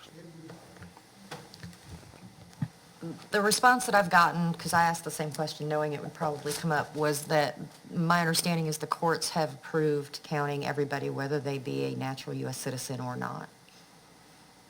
So it means count everybody, cradle to grave. Very well. I cannot support this amendment. Well, unless you tell me that we're going to segregate the numbers so that we know who is illegal and that the people that are illegal are not entitled to representation anyway because they're illegal. Is that the case? My understanding is that we are not going to be asking that question. Okay, thank you. I can't support this. It is unconstitutional. Mr. Chairman. Thanks. May I speak? Yeah. I remember just a few months ago, we had the representative from the Census Bureau, and I asked a few questions. She couldn't answer any of them. And did you get your answers from that same person, somebody else? Okay. If you read the Constitution, which we were all sworn to defend, you'll see that the census is devised for one thing and one thing only, the apportionment of who gets whom or how many in the House of Representatives. And that number changes from time to time as we added more states. But that's the only reason we have a census. And it was determined that you should do it as per citizens and citizens only. Counting illegals is not a true census. So when Hood called this unconstitutional, he was 100% accurate. This is unconstitutional for us to be so resolved to agree to something we do not have the answers to. So, I mean, if you want to defend what you have sworn to defend, which is the Constitution of the United States, you will have to vote against this. All of us. I'm getting ready to show you. Well, good. Thank you. Oh, okay. Commissioner Waters. When the last census report we had, I got called 2 different times. I put the number of people that were in the household, and I signed my name, and I sent it in. And they called, and they wanted all kinds of information. I said, I've told you everything that you've got to know. You don't have to know what my sex is, what my color is, what my education is, and how many bathrooms I have in my house. That's right. But that's all you have to do. So you tell me how you're going to separate the ones that are legal and illegal.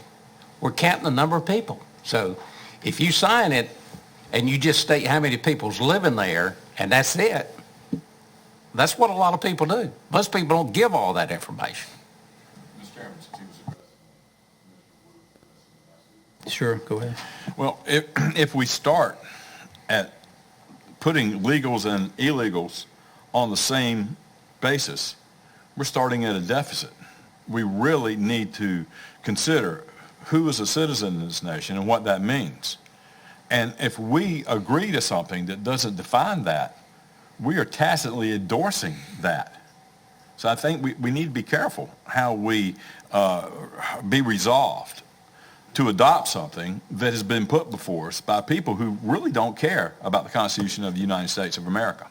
Supreme Court. Supreme Court would not endorse this. This is not endorsed by the Supreme Court. I can tell you that right now. You call the question. Okay, let's vote. All those in favor, raise your right hand, please. All those opposed? 4-3, motion passes. Mr. Hedgepath and Mr. Lassiter.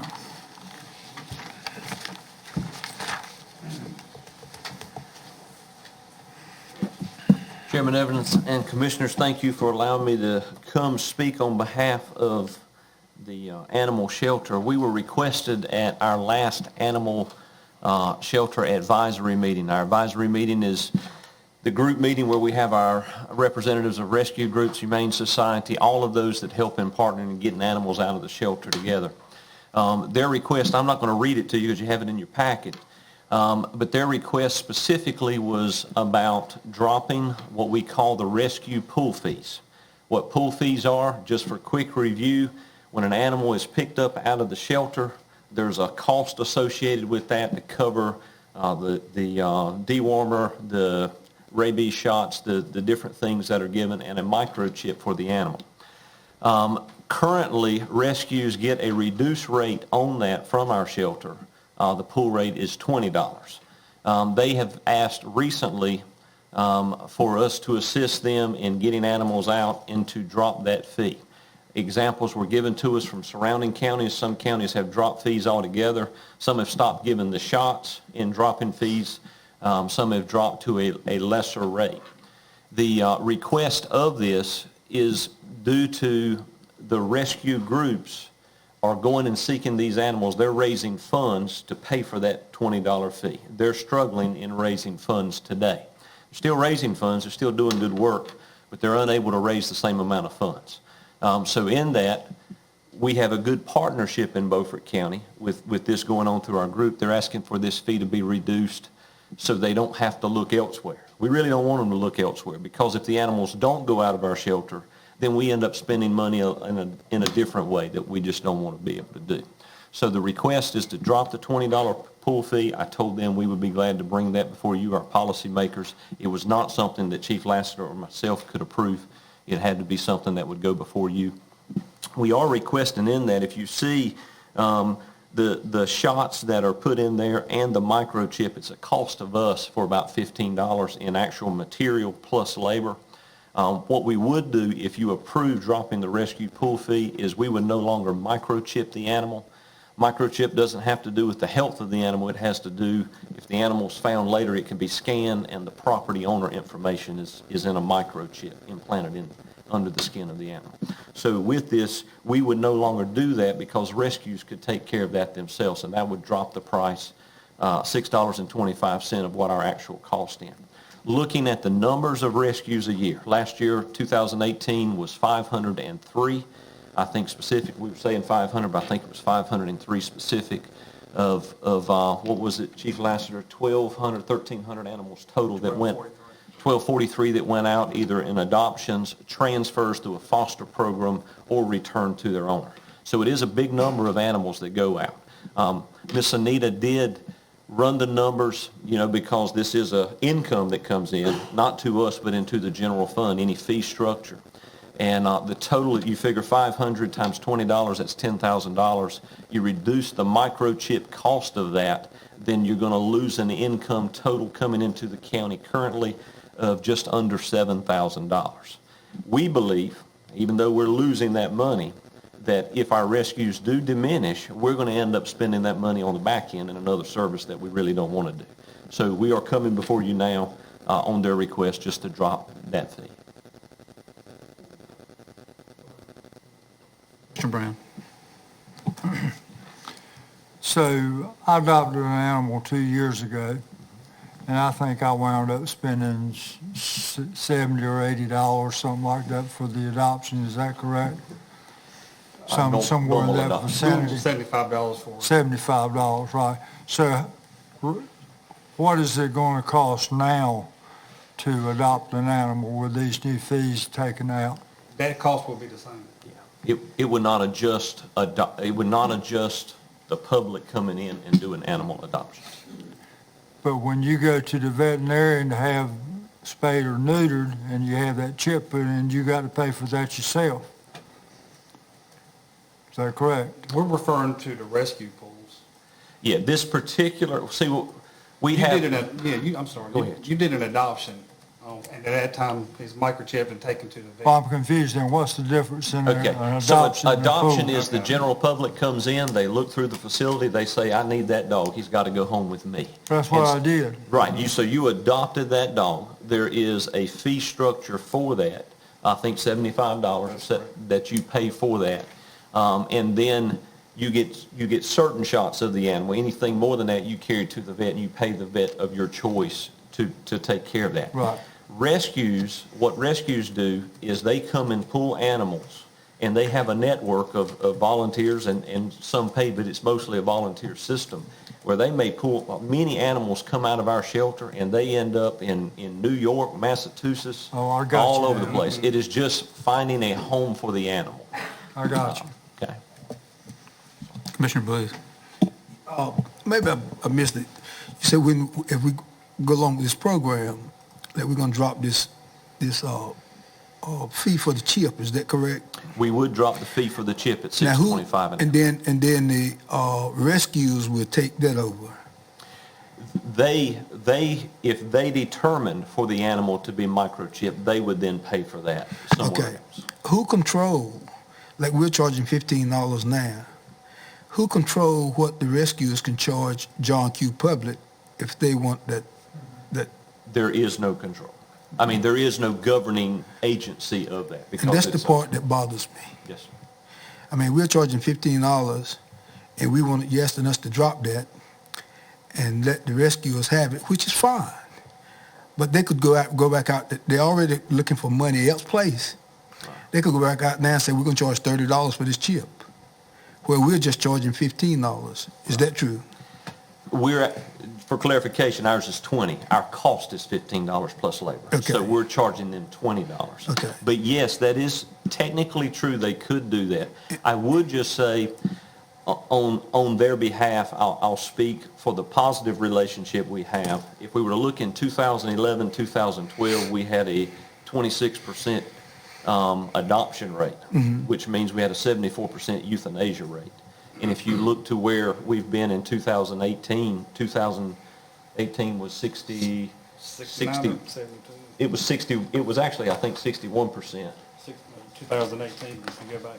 I'm sorry, 71%. So we've gone 68. So the rescues do help us get animals out. We understand that. Okay. We understand that. We don't. That's not what we're questioning, getting them out. Yes. What are other counties doing when it comes down to paying for the chip? If there's no regulation, what can you say, well, we can't let you go over $30? What are other counties doing? The microchip, the reason we said, and I hope I'm answering your question, the microchip, the reason we said we can do away with that is that does not change the health of the animal. We thought about dropping all of the deworming charges, those things, but it actually could change the healthy outcome of the animal. We didn't want to do that. Well, is the rescuers going to pick up doing the chips? There's no mandate to have a chip, so it would be their choice. There's no agency that says you have to or have not. Okay, so if they use that as a funding source, what's in place to regulate what they can charge? I don't know of anything that's in place for that. Thank you. Any more questions? Is there a motion? Motion to move. Is there a second? Second. Got a second? All those in favor, raise your right hand. All those opposed? 6-1, motion passes. Thank you, gentlemen. Let's see what we got up here next. I am the next item as well. You're up there, okay. All right, I stand before you on a different hat today, now getting in emergency management. We were approached by Cliff Harville and his group from the United, I call them the United Methodist Relief Effort, but their official name is under the United Methodist Church. They approached us. First, let me say that they're one of our leaders in our long-term recovery. They're operating out of our county, but they service numerous counties around us, and that long-term effort is going in and helping from past storms. In fact, they're still doing a lot of work. These particular trailers that we're going to be talking about are questioned from, I think, last year's storm to provide housing. So they needed to get a temporary housing, and when we say temporary, the thought really here is days to up to 2 or 3 weeks, to give someone who's in a damaged home, who's living in a damaged home from Hurricane Florence or previous disasters, a temporary place to stay so they can go in and help make the repairs of their home. In doing this, they have looked at purchasing these campers themselves. They really worked out the deal through North Carolina Emergency Management and through the United States government to get. But nonprofits have to go through the bidding process. And every time they go through the bidding process, the bid is getting upset. So the other thing is, with them being a nonprofit, sometimes the quickness of the bidding process doesn't allow them to get their funds together. So they approached us under a partnership. If the county could purchase these 10 units, it's 10 campers or 10 travel trailers, at an agreed upon cost of $5,000 apiece. Counties have the ability to do that with GSA. And we have funneled this through. Their request is if we'll purchase it, they'll pay us for those, and we would transfer the property to them. So we wanted to make sure, first of all, is that legal tender? Is it something we could do? Both Manager Alligood and Miss Anita have gone through both purchasing policies, and we've talked with North Carolina Emergency Management, through lawyers of North Carolina and FEMA lawyers. And everybody says that this is an approved process for us to go. So with that in mind, we're asking for your approval for the county to purchase 10 travel trailers at $5,000 apiece, with a sole intent that we would reallocate this property to the United Methodist Church. They would, upon your acceptance, would go ahead and give the county $50,000, $5,000 apiece for it, would be deposited in our account. There is a stipulation after we purchase, and Anita, help me with this if I get off, that for us to transfer property to a nonprofit, which is what we would be doing, there is either a 9 or 10 day advertisement that has to take place, just saying what our intent is. So we'd have to wait 10 days while that advertisement took place, and then we'd be able to transfer the property back to them. So you're basically talking about pass-through? It's an in and out, yes. So move. So move. Second. Second. Discussion. All those in favor, raise your right hand. 7-0. Thank you very much. Thank you. Thank you. Chief Rose.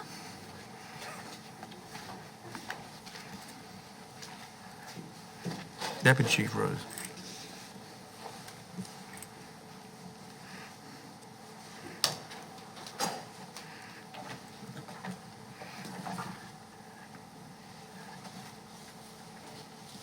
Yeah, show and tell this time. All right.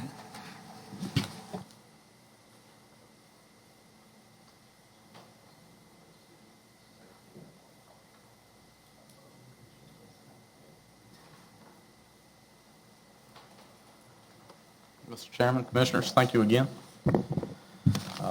This agenda item is in reference to us having a project of switching from the body cameras and in-car cameras that we're currently using to at least the body camera that you're looking at now, hopefully. In 2007, that was the first year that I remember of us trying to go to some sort of body-worn camera.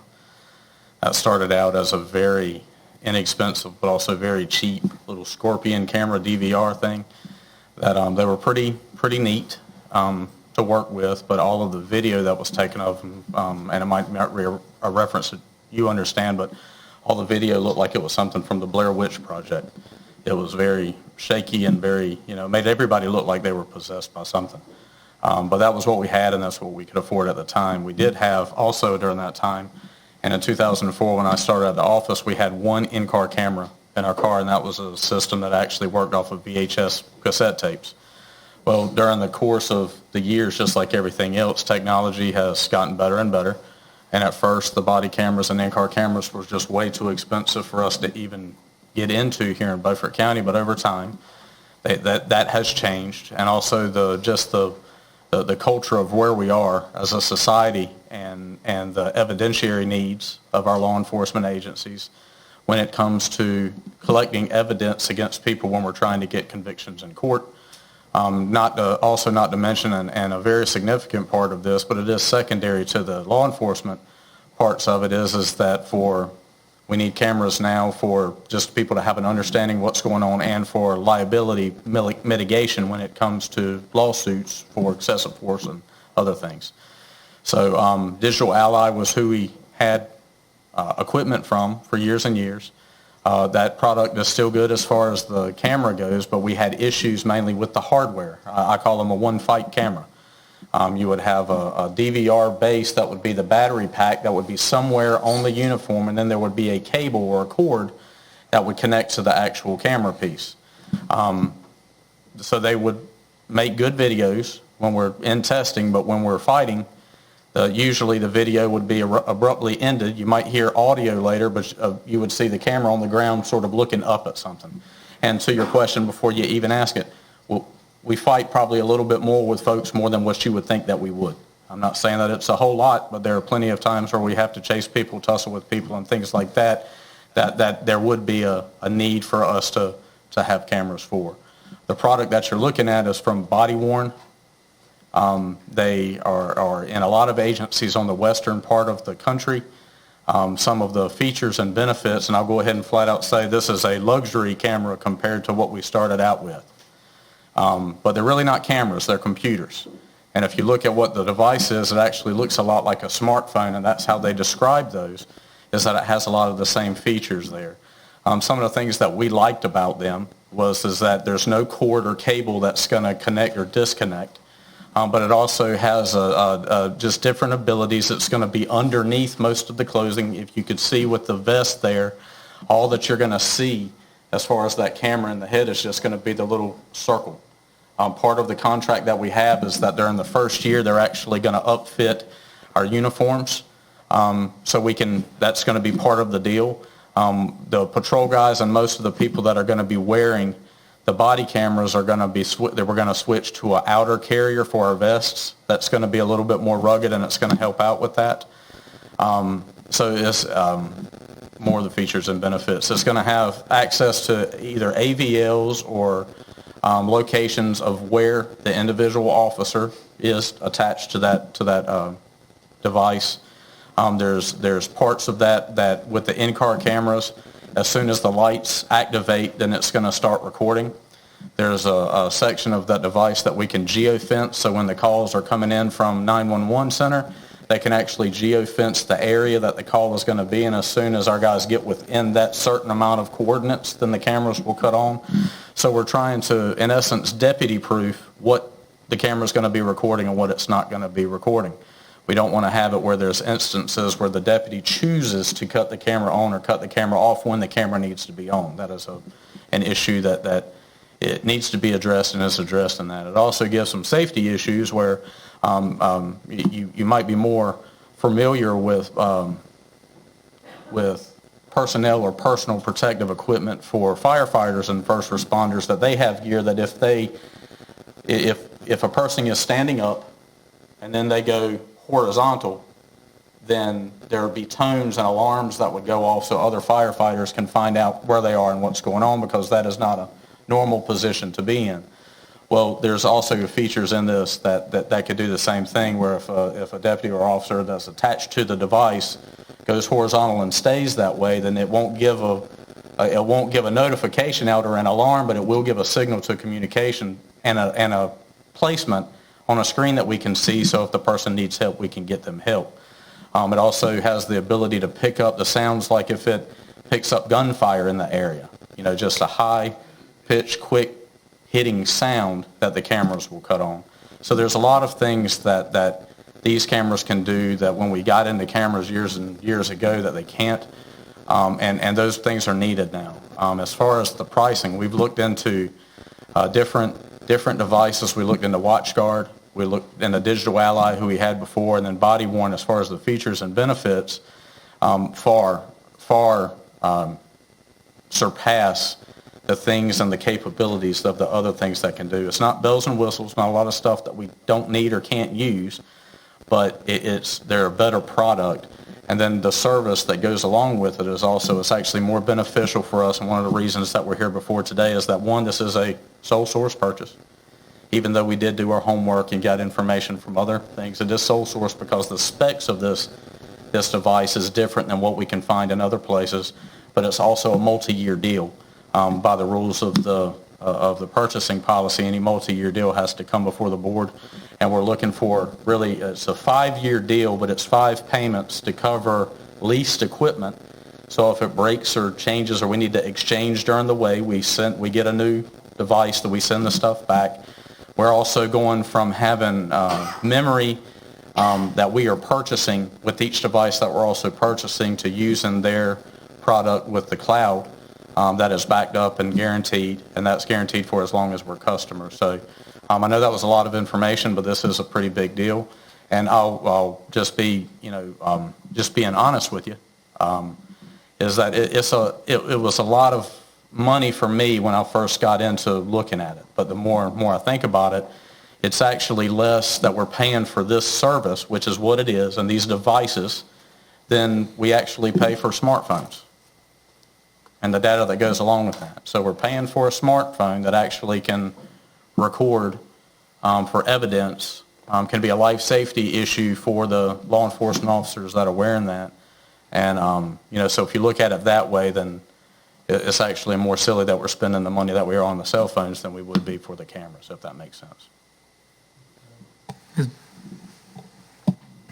Commissioner Brown.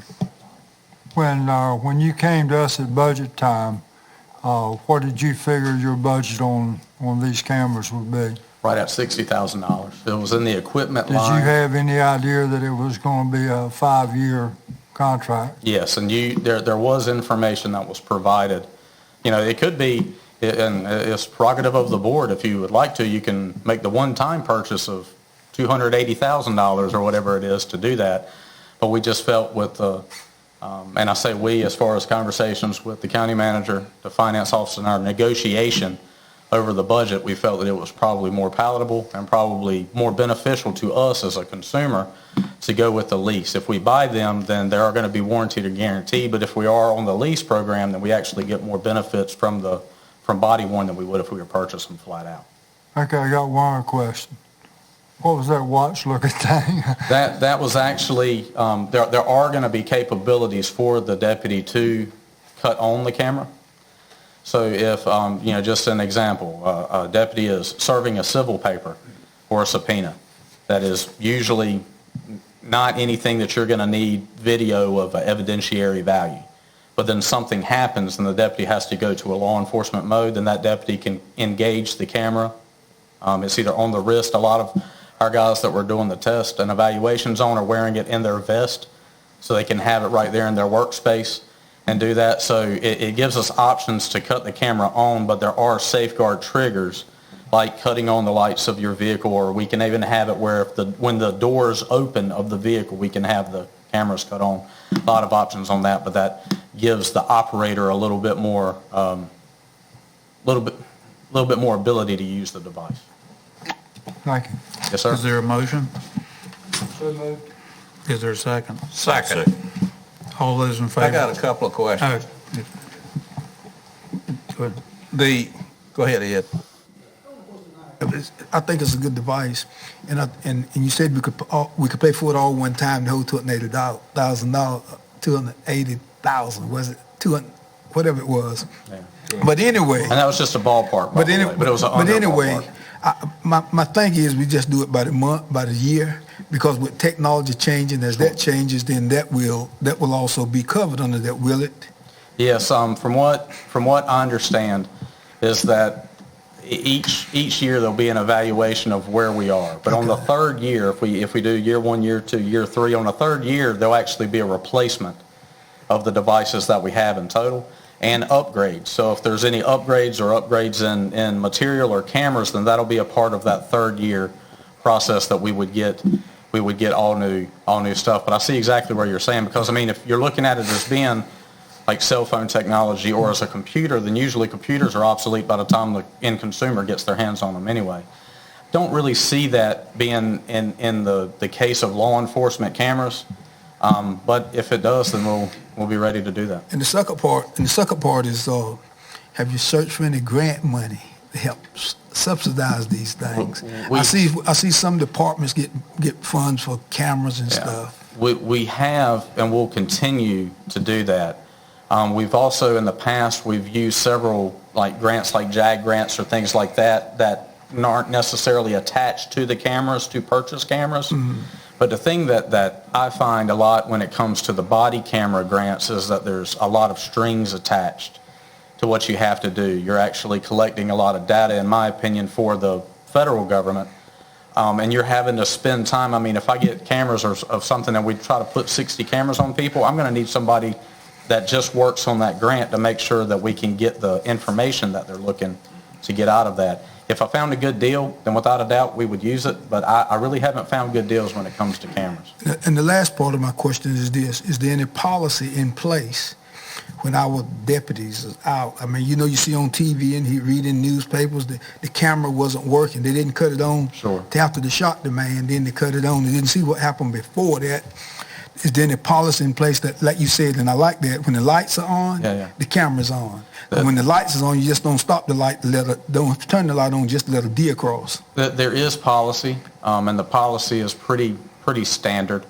If you compare our policy with, like, say, Durham's or Mecklenburg's or things like that, there are specific parts in the policies about when the camera's supposed to be up and running. And for the most part, I think our agency does a pretty good job, but I'll flat out say, not without getting any detail, but we have terminated deputies for not abiding by the policy when it comes to cameras. Not on anything that would really put us in harm's way, but just because of the implications if something were to happen. So it's a pretty big deal, not just in our agency, but just in good law enforcement agencies overall. Yes, sir. Richardson. So what you're getting with the lease is you're getting maintenance? Yes. All the repairs and all that sort of stuff? Just with the caveats that I think most leases and stuff will jump into, if it looks like that we have destroyed a device with malicious intent or something like that, of course, I don't think that that'll be covered, but normal wear and tear, then yes, we're going to get coverage and maintenance. Any of the IT issues that can come up, then we're gonna get issues with those. And from what I understand, talking with reps from body worn at different conferences, and also talking to agencies that are in body worn, is that so far everything that I've heard is that they're pretty good to deal with. That if they have a problem with the device, they'll actually send you a device before you even have to send them something. So. Who operates this system? As far as who actually manages the Who computer manages part the of it? system, who assigns the units, who, when they're using units, where's the information stored on a daily basis? Well, on this is actually going to be a little bit different if and when we go into body worn. Is that right now how it works is that everything with our cameras, whether it's the car or whether it's on the deputy, is that they've got pretty much discs that are inside the devices. That at the end of the shift or when the camera gets full, they have to go to the office. We've got a designated and dedicated computer that the information goes off of the card and the disc into the system, and then we keep it internally. And we've got retention policies that go along with that. But that's how that's done, pretty much all in-house. We do have safeguards as much as you can on who can manipulate the settings in the cameras. So we have user rights and administrative rights that really, I think Captain Jeremy Hewitt, who would oversee the equipment, he would have rights and can actually manipulate the settings. But for the most part, the deputies can record, not record, and then put the stuff into the computer, and then it's safeguarded in the computer. This system is going to be more part of that, is that we're not going to have that same, the same issue of the deputies. I mean, if a deputy did something wrong, all they had to do was get from their car to the computer and lose the disk, and it could be gone forever. We might be able to get rid of the deputy, but you might not be able to get the card back. I'm just saying that's a possibility. With this system, it's going to be more run by the car itself and by the camera. We're going to have as long as you get close enough to a point at the office, then the information is going to download from the device, and it's going to be cloud-based through body worn with our folks having administrative rights. And from what I understand on that, that's pretty robust as well, that we can get access to that video that's kept. As long as we have a policy on retention, they'll follow the retention, and then we can have access as long as we're a customer. What if you're not a customer and you need access? Then I'm sure that would be a interesting issue that we'll have to address then, because we'll put it this way, and anything, we film a lot of stuff that is not kept forever. We'll keep everything for at least 90 days. Usually for us, it's twice that. For many purposes, for whether charges are taken out later, from whether there's a complaint that comes out later, anything, you can come up with whatever scenario. But then after that rate, if it's destroyed, then it's destroyed. If we have anything that we need for evidentiary value, like it's attached to a case, then we take the information and it's going to be burned to disks and entered into evidence. So there'll be a different way that we can get to the information. But once again on that, I mean, I can flat out ask the question, if a fire happens to hit the places where we've got the disks and it's not in the cloud, then where is it? Well, it's nowhere. But this is the next step for us. It's going to be a better product for us. It's going to be more secure for us, and it's going to do a better job with what we need to do. But I'll flat out give you that compared to the stuff that we had in 2007, they're luxury cameras. This is the only company that makes a Wi-Fi operated system like this. Now that I don't know. I do know that one of the patents that they have that is different than others is actually how it's seated on the officer, which is one of the benefits that we liked. But as far as the ins and outs of who can make what and who can make it better, I don't know. I just know that out of all of the companies that we've seen, just looking at features and benefits, there's no other company, and any of the big ones, whether it's WatchGuard or Digital Outlay, that can touch these guys. I have a problem with the single provider, but other than that, everything sounds good. Yeah, I'm sure you're also talking when it goes up in the clouds, then you can actually download it back. That's correct. So you've got backup even down the road. Commissioner Brown. So we're going to spend $59,000 a year for 5 years for this contract. Simple yes or no. Will all our patrol officers plus our drug unit have one of these units? I would love for the drug unit to have a unit, but right now with the numbers that we have, it's all of the front line patrol vehicles. So marked vehicles with people in uniforms like I'm wearing right now that answer 911 calls and are have more likely to deal with the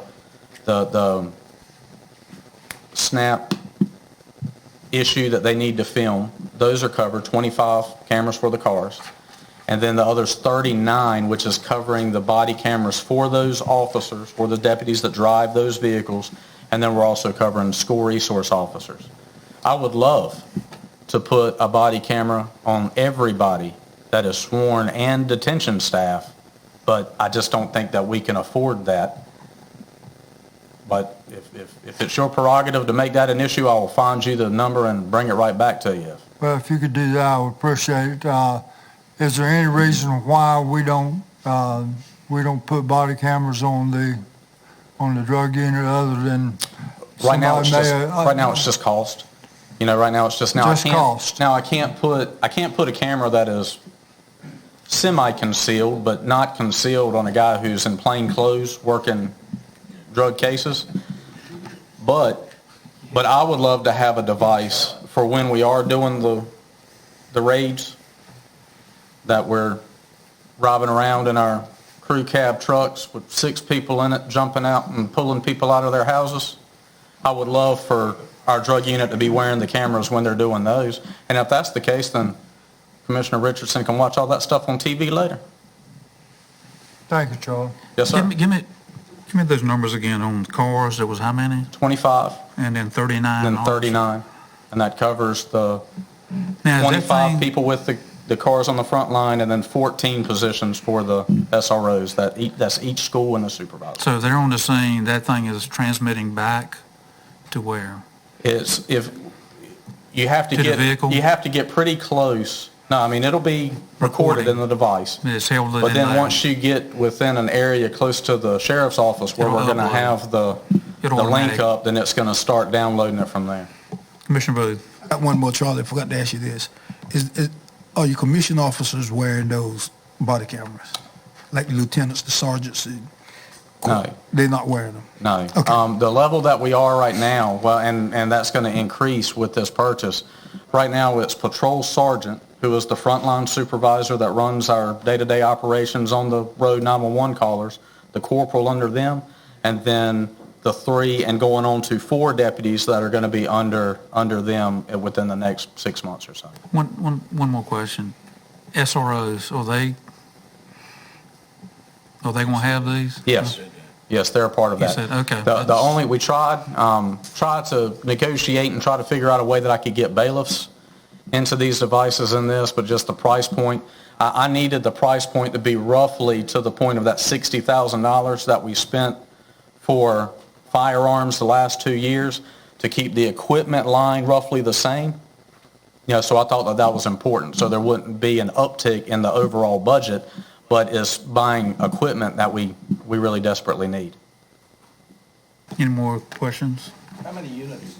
Just tell me how many 25 and 39. 25 cars, 39 64. officers. Oh, okay. My math is right. Any more questions? I have one.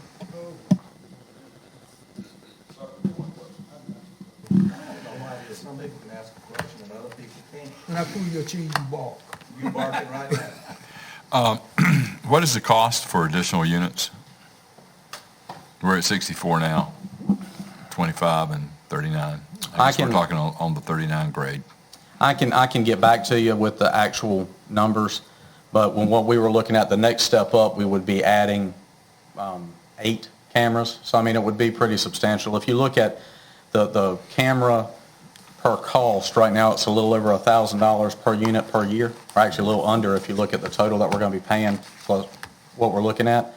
That's going to stay roughly the same, but if you just wanted to say that for each additional device, we need to add $1,000 per year, I think that we would be safe on that, because the more we buy, actually, the less that's going to come down. It is going to come down, because Yes. I was looking at the math. You're talking about 59 times 5 divided by 64 comes out to $4,609, roughly. Yeah.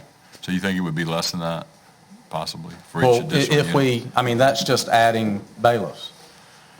We've got 6 drug unit investigators. We've got 7 criminal investigators. We've got 16 frontline detention officers that I would love to get a camera on. So if we start, if we're saying total implementation, I mean, I would definitely love to get you that number, and we'll see. But other than that, it's talking about adding 8 if you want bailiffs.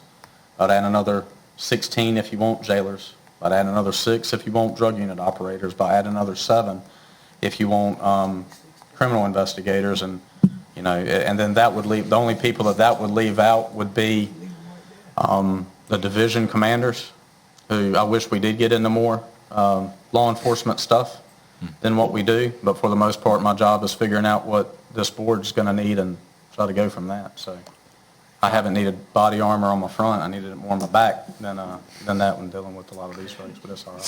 So it's really important to know what the economy of scale is going to be, wouldn't it be, to figure out what future costs would be? Sure, absolutely. And we've looked as much as we can look, and I've told you sort of our thoughts going into it. It's expensive, but we had to recalibrate really what the needs were and what the money needed to be, but also looking at the way that we were going to be scrutinized, and we need to be scrutinized. I needed the equipment line to be as close to what it was last year.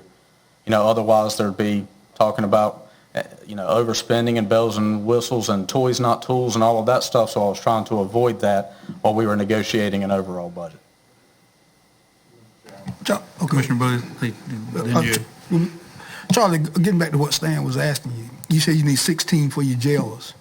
I mean, why would you need 16? Can't you get the 4 for you? I mean, I'm just asking. Sure. I'm not micromanaging. Can't you get the 4 and because they don't need them home, not unless the wife beating them or something.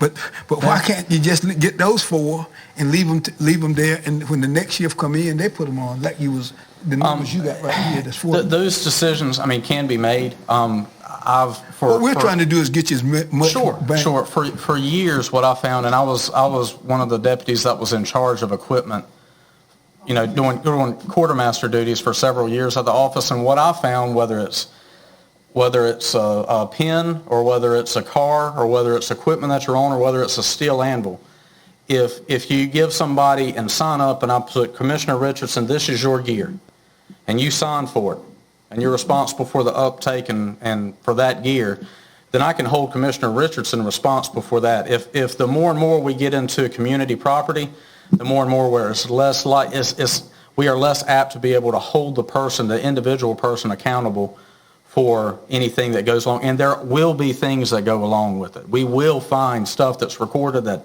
doesn't need to be recorded. We'll find stuff and hear about issues that aren't recorded that need to be recorded. And if I can go to Commissioner Richardson and say, I want your device that we've issued you, and then you go, oh, no, Charlie has that. Charlie had it that time. But that's all I'm saying. I'm not arguing or disagreeing, but if you're asking Charlie Rose his opinion on community gear, that would be the answer that I give you. I just have an observation. Wiring everybody is becoming kind of Orwellian. We don't need 1984 where everybody knows everything that everybody's doing all the time or access to it. You're going to reach a point of diminishing returns with this. If everybody is wired up, they're going to be on stage and putting on a performance. You're going to get less law enforcement. Some of these people, supervisors in particular, don't need to be wearing body cams. There are management people with any organization that don't need this kind of tracking. They have to make decisions and do things and be places and look after things that not everybody necessarily needs to know about. So there's a point of diminishing return. I'm happy. I'm struggling now to vote for this with the number of units that we have now. But if you're going to increase the number of units, I'm definitely against it because it's too Orwellian. The only, if lieutenant level, and there's only 4 of them at our office, they run the divisions. We've got civilian staff that runs the 911 center, which will never have a need for any of those folks to wear a camera. I can't think of a reason why I would need to have a body camera. The sheriff, of course, is not going to need a body camera. And that level is the policy makers within our office. The folks that are on the front lines and implement the policy that we put in place are the folks that are first sergeant and down, which are the people that we eventually would love to have cameras. But we're not even there yet. We're at the point where it's sergeant down. So there's at least another supervisory rank that is on the ground level that we're not ready to put on there. So I would tend to agree with you with the statement that you're making here, is that there is a number and a cap that it gets to that we aren't going to really need for our agency, but we're not there yet. And that's all I have on that. Time to vote. You got another question? No, I won't. Oh, okay. All those in favor, please raise your right hand. All those opposed? 7-0, passes. Martin. Thank you, Charlie. Good evening again. I'm here to talk about another location that was mentioned in the hurricane watch. We're requesting an update to the November 5th vote of the Commissioners on the Economic Development Performance Grant for Project New. As you can tell, that's been a little while, and we've been working with the state to get a grant for Project New to renovate the facility they're in. Suffice to say, we got $500,000 for them from the Department of Commerce to renovate the building they will be using.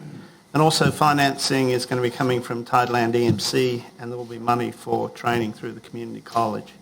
The main change is that through efficiencies and cost savings, that the project has reduced from $1.5 million to $1,250,000, but they still will be spending $250,000 on equipment. The number of employees will remain the same at 25, with 30 seasonal employees, and the business plan shows that the full-time employees will be paid $12 per hour based on a 1,600-hour work year. This is to match the Department of Commerce CDBG grant numbers. The CDBG grant also requires that 60% of those jobs are filled from people who are currently low or moderate income households. As you know, Belhaven really does need these jobs, as they have very high unemployment rate and high poverty rate compared to the rest of the county. I've shown you in a table that by reducing the the investment to $1,250,000, that the property tax revenue for that would be about $45,784 over a 5-year period. If, like all economic development grants in Beaufort County, the grant will only be paid after the county has collected Project New property taxes for the year, and the amount will not exceed the property taxes paid in any particular year. The grant also mirrors the CDBG rules that the 25 jobs created by the Economic Development Grant must be created in the first 2 years of the grant and then held for 5 years of the grant plus 1. So that would be a mirror as well. And if the jobs are not held for that period of time, then proportionally part of the grant would be repaid. So the request is to take into account these changes in the project so that what we do mirrors that of what the state is doing. And that is basically, I'd ask that the county manager, myself, and the attorney work with Project New to provide an estimated $45,000 economic development performance grant to create 20 full-time jobs and an investment of $1,500,000 in Beaufort County. Motion to approve. Any discussion? All those in favor, please raise your right hand. Stand vote. You got to call the nays. William, okay. Okay, all opposed? 6-1. Thank you very Motion much. passed. Thank you, Martin. Just checking. Brian. Thank you, Mr. Chairman, members of the board. This item regarding the solid waste. As you'll recall, at the May 6th regular meeting, the board received a presentation from CDM Smith on that solid waste convenience site study. Part of that study was looking at the convenience sites, what improvements needed to be made to them to make them safe, and also it looked at some potential consolidation and some other things related to that. Since that report was given, obviously there's been a lot of conversation about that in the public when it was given. That conversation continues. in regards to actual action items from that study, we are currently working with CDM Smith on the redesign of the Ransomville site, and that is currently with the Corps engineers approving the delineation of the wetlands on that site. So that is actually the only thing that's taken place because that was essentially moving forward. It's what the board said to move forward with. There's been no additional discussion from the board's perspective on that study on what you wanted to do. Because that information is starting to get a little old and because there's continuing to be conversation about that, our request to the board is that if the board chooses to move forward with some of those, there needs to be some additional discussion about those and decide what you want to do with them. Or the board could say, we're not going to do anything with them. But we need some direction in that, so we would suggest to the board that you put together a group to look at those, take some public comment on it, and then come back to the full board with some recommendations on the recommendations and whether they be do this or don't do anything. So that would be our request from you. Is there a motion? Is there a second? Second. This is to set up a committee. Oh, it's only set up a committee. Any discussion? All those in favor, please. Well, yeah, I have really quick there on the draw there, Charlie. I just got one discussion. I mean, we commissioners are supposed to deal with solid waste. Why do we need a committee? I don't understand that. All the years I've been a commissioner, it's not that elaborate of a discussion or a thought process to deal with it. The committee and all commissioners. Exactly. But why do you need a committee when we can just discuss it and decide it here at the dais whenever it needs to be discussed? We need some study. I'm going to vote against it. Okay. I think it's too much overlay in government. Okay. Well, I'm done now, so I would. Oh, okay. Thank you. Mr. Chairman. Commissioner. I mean, the only other option I would recommend is that, you know, if the consensus is not to have a committee, would be to have a workshop where where the time is designated just on the solid waste and ask for public comment. I would agree with that. We got a motion.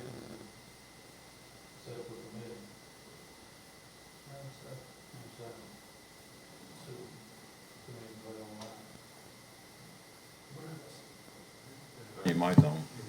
Aye. No, I was trying to direct you on your mic. Your mic was off. Sorry. All those in favor of setting up a committee, as the motion mentioned, setting up a committee, raise your right hand. All those opposed? 5-2. Motion passed. Mr. Chairman, Yes. I recommend that my dear colleague Stan Detcher serve on that committee. Okay. Mr. Brand? Yeah, I would like to sit in that one. Mr. Waters? Commissioner Waters? We have a committee? Yeah, go ahead. I was going to recommend Stan myself. Well, I know about waste. Brian, I had a comment this morning from one of the local citizens that uses the Ransomville site. And his concern is based on what happened last year when the hurricane was coming in, is that 2 or 3 days beforehand, people were bringing a lot of extra things. Is there any way that we can beef up the number of containers or truckers that are going? And also, the site at Beach Ridge got so messy, they kept staying open, and it got so messy that then after hurricane passed, they had to close the site down for, I think it was 1 or 2 days to clean it up, which to me, we're better off to go ahead and when it starts getting that way, that it's going to have to be manually picked up, is that we lock the site until after the hurricane. Let him respond, Brian respond. Christina Smith, who manages that program, actually had a conversation with Nikki Hopkins, who is the local manager from Republic, either Sunday afternoon or Monday, about that exact thing regarding all of our solid waste sites, that typically before hurricanes come up, we start seeing a lot of folks getting stuff out of the way and cleaning things up and getting them so they don't fly around. So they are anticipating that. They had already staffed up to be able to do additional hauls.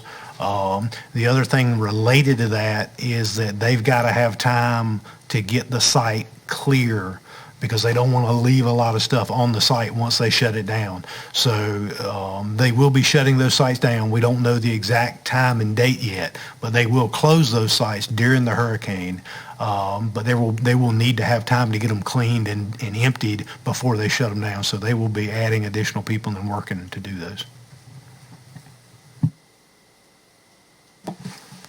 Commissioner Brown? I think those are the type of things that the committee can work on. We can bring in supervisors of these areas that have actual hands-on on the project and get their feedback from it and things. And we'll after we do that, then we'll know what exactly to do, whether we need to leave it alone or shut it down. And I've had quite a few calls from different people in the county that's really concerned about shutting several sites down. Thank you.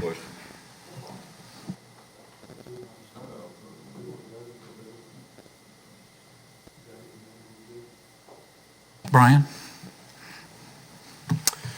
The second item is the Essential Single Family Rehabilitation Loan Program for fiscal year 19 with the Wooten Company. The first piece is the contract with the Wooten Company. As you recall, back in December of 18, this is a program that rolls around every 3 years. It's a grant program that's set up that rolls around every 3 years, and we are eligible for it every 3 years. When it rolled around in December of 18, we were notified by the COG that they would not be able to do the work. They had traditionally done the work for us. So we scrambled. We had conversations with the board about that. We scrambled, and the Wooten Company was able to do it for us. They're actually able to do it for us within the confines of the grant. Under the last program, the COG was charging us an additional $2,000 on top of the $8,000 that they received through the grant to manage the program. So the Wooten Company has submitted it. We received it. There's $190,000 that's in that grant. It's through the North Carolina Housing Finance Administration, where they set up a forgivable loan of up to $30,000. It's forgivable at $5,000 a year for 6 years for eligible recipients relating to the home. There are certain criteria that kick them out of it. So if they sell the house, then the loan is automatically repaid. It has to be repaid. But it helps fix issues with the home. And there are certain folks that qualify for that. There are income standards, income requirements. There are veteran requirements. There are lead standards in there that if you have children that make you eligible. And we'll talk about those in a minute. But this is the actual contract with Wooten. So the program is managed by them. They receive under the contract that's set up by on the allowables $8,000 per unit to manage it. So it's for 5 units. So they get a total of $40,000 out of this to manage every bit of it. And then the remaining $30,000 per unit is set up as a forgivable loan. So this is the contract. We'd recommend your approval to move forward.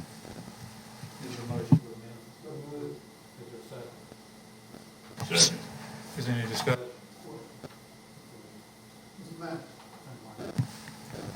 How do people, I understand the requirements that you got to be a certain income level and veteran and all that.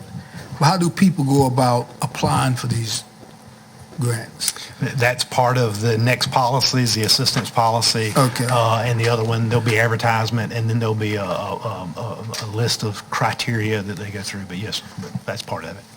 Thank you. Yes, sir.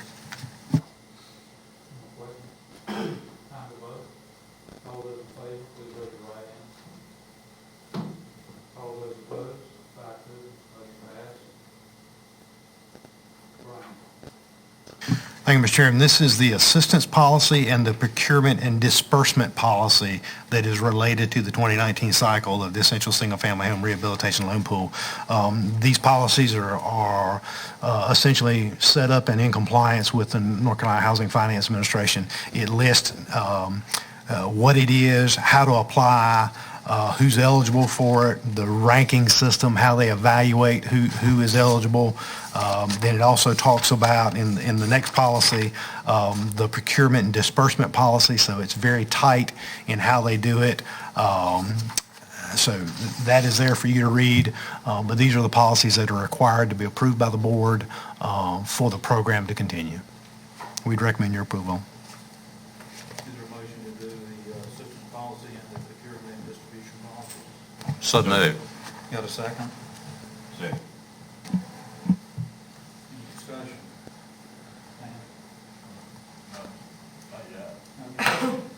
All those in favor, please raise your right hand. All those opposed? 5-2, motion passes.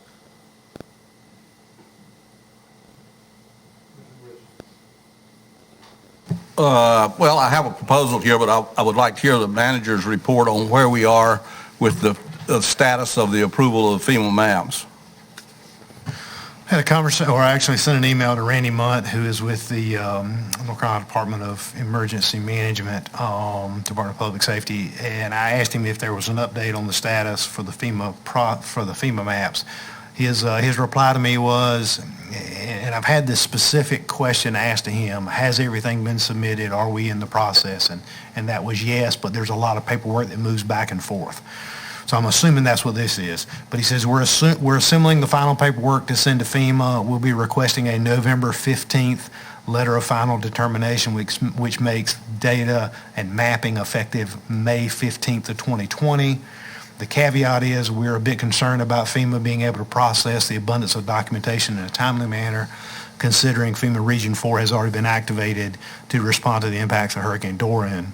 FEMA is aware of our intentions along with this request, including 17 other counties, and we're checking with them to verify that they have staff to handle this. As soon as we know the full impacts of Dorian on FEMA's workload, we'll have a better handle, but presently we're expecting November 15th for a letter of final determination. Well, that's the first time I think we've ever gotten the truth out of that guy. Because all we've been hearing is in the next few months, and now we finally see that the process hasn't even been started. And we got people, I've got one customer, well, I've got more than one customer that are paying $4,000 and $5,000 for flood insurance that are not even going to be in the flood zone when this map comes out. You know? They got basements or something. This is a very expensive thing for the people of Beaufort County. The latest proposal that I saw drops the flood level in Washington 4 feet. Now, I don't recommend anybody build these new maps because I know better. But from the standpoint, it's called a FIRM, a flood insurance rate map. And it sets the rates that people pay for flood insurance.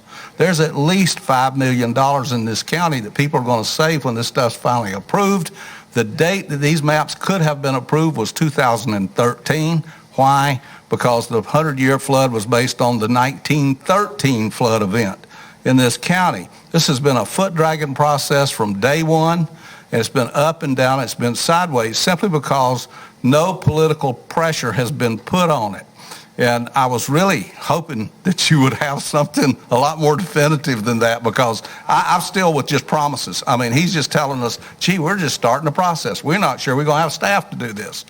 This brings the resolution that I have, makes the resolution that I have tonight even more important insofar as serving the people of Beaufort County and the people of Eastern North Carolina.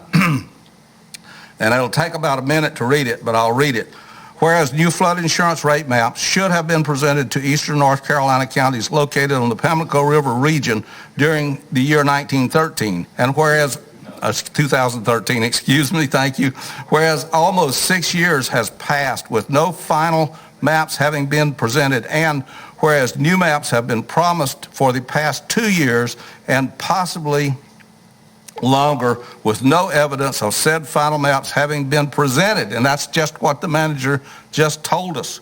Whereas there should be significant reductions in rates in addition to significant changes in the definition of the flood hazard plain, which will result in a large number of properties no longer being required to purchase flood insurance, and therefore be it resolved, Beaufort County government take the lead to organize a lobby group of counties to contact, confer with, visit, and use any other means deemed reasonable and effective to otherwise lobby the state of North Carolina and the federal government to release the latest edition with revised rate schedules of the flood insurance rate maps to the various counties for their individual approval.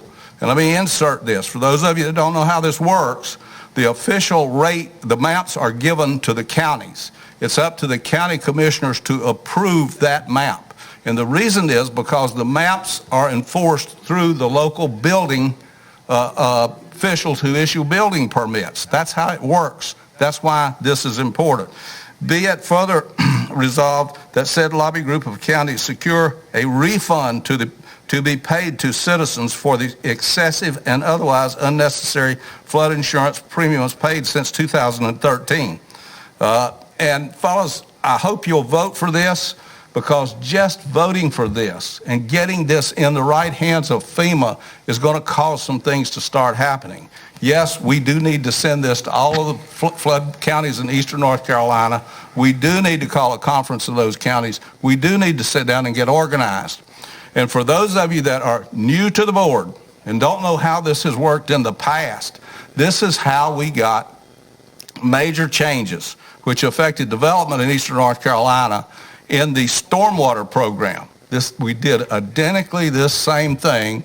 We passed the resolution. The county manager went out and contacted the counties. We pulled them all together in a conference situation. And the next thing we know, we're sitting at the legislature in Raleigh. And we got the law changed. So if you want to serve the people of the county $5 million a year, this is a good way to do it. I heartily recommend that we pass this. So moved. Mr. Richardson, I agree with you wholeheartedly. I want to suck at this motion so badly, I don't know what to do, but I want to ask you for a friendly amendment that we remove that back payment from 2013. That's going to only complicate what we're doing. And if you would take that friendly amendment, I will gladly second that motion. Well, let me say this to you. This is the teeth in this thing. When you see that these guys are all of a sudden going to be on the spot to where they're going to have to give money back, that's the one thing. This is going to that will resonate to Washington D.C. right into the head of all of these people, and then they're going to start looking around and saying, "What did we do wrong? We need to fix this." So please don't make me change that. This is the teeth. This is what's going to go to Washington.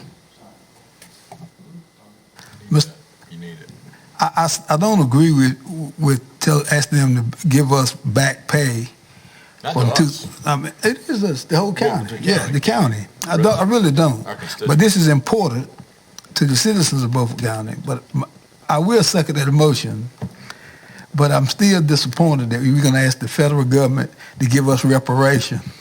Well, let me say this to you, Commissioner. I don't think we're going to get it. Okay. I just think the threat of it is enough to resonate in Washington, D.C., because this is the innovative part of this whole motion. Because when these guys start reporting up the line, we may have to give some money back. You'll see some changes. Commissioner Brown?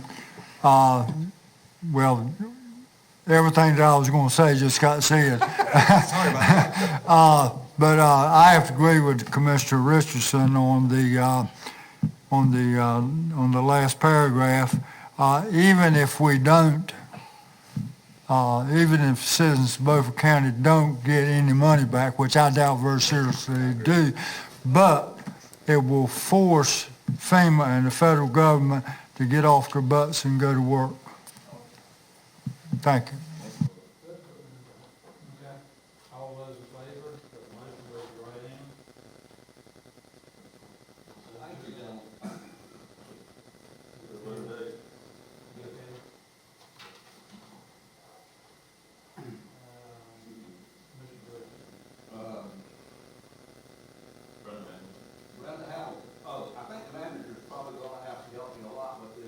I think the manager's probably going to have to help me a lot with this, and maybe Charlie, because they're the ones that are on the point doing the work. Our committee met, Commissioner Waters was there and Commissioner Evans, and what we decided basically is to put a lot of effort into re-examining all of the information that the Sheriff's Department has collected. 19 items are already at one well-known national outfit that I can't call the name of, being who? microtrace being examined now, and what we asked these guys to do, we selected a forensic investigator to go forward with DNA and other forensic examinations of the evidence, including the 19 items that are at a different location at Microtrace. And they are moving forward with that. The committee just met about 3 or 4 days ago. So with that, I'll turn it over to the manager and the chief deputy to carry the rest of my water. Thank you. From that, I've sent an email to the folks at University of Florida at the lab that the committee selected to do the work. I've sent them an email and said we'd like to get together on a conference call with the sheriff's office and their investigators to discuss what evidence there is and what they may be able to do to help us with that. I ended that by saying keep your heads down because you guys are directly in the line of fire right now. I have not heard back from them yet, and it looks like they're going to miss it and it's going to come to us. So I anticipate hearing back from them soon, but I have not heard back from the lab yet. We have not set another meeting date because there's not much we can do since we've made a decision how to go forward. But if it becomes necessary and new information becomes available or whatever, we will set another meeting date, which will be an advertised meeting date. Commissioner Brown. I just got a quick statement to make. I want to commend Chairman Richardson and the 2 commissioners that help him out on this project. They've assembled a great panel of people that really do know what they're doing, and I think that in a very short period of time that we will come to a conclusion of this and let it go to bed. Thank you. Thank you. Stan, oh, by the way, this came from a commissioner committee? I'm okay with that. Okay.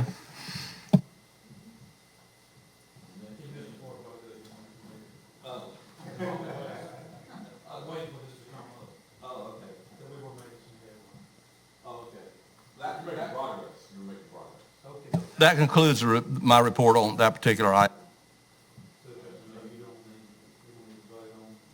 Good, okay. All right. Item 10. All right. Stan should do item request on page 227. Request reversal.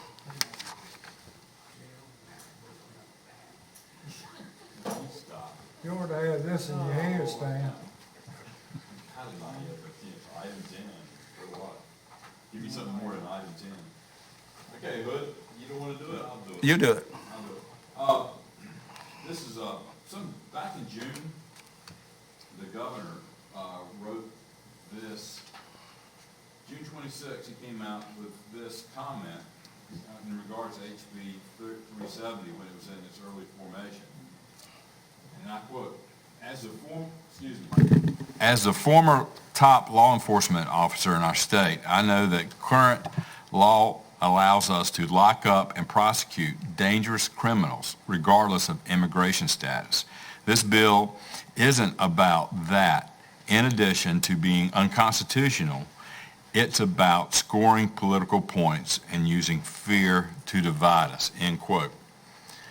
All right, that's what our governor talked about. And then he summarily, just recently, in the last, I think, couple of weeks, elected to veto HB 370. And currently, I don't think there's enough votes to override the veto, although that could happen. And I would like to add to this resolution that has been written. I didn't write this one, but it was submitted by one of the members of the public. And I would like to also add some language in there that not only do we wish that the governor reverse his veto, but if it's not be reversed, that significant votes within the Senate and House override the governor's veto. The governor's concerned about dividing us. I don't understand that. I mean, we're talking about legals and illegals being here in this country and trying to live together. peaceably. Now, ICE, which is a law enforcement agency and deals with what goes on within our borders, needs to be worked with by every sheriff in this county, in this state. I'm sure that our sheriff would conform instantly to work with ICE, but there are other counties within the state that have a much more progressive view of how to deal with these issues. And some of these sheriffs are very close to declaring their counties sanctuary counties. And I think what the General Assembly wants to do is tell these sheriffs that there are ramifications that they may not want if they decide to go against the law of North Carolina. So I think, in short, that's what this bill was about, to serve notice to the sheriffs of North Carolina that you will follow the law, and we're going to give you a law that will remove you from office if you do not.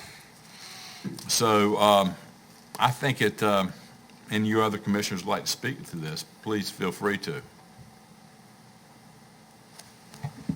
Mr. Waters? Mr. Chairman, this was brought up, I think, in May, and at that time, it had not gone through the compromise committee and been rewritten. The concern that I have has been addressed. I'll support this resolution as written. I see really no advantage to add anything in addition to it.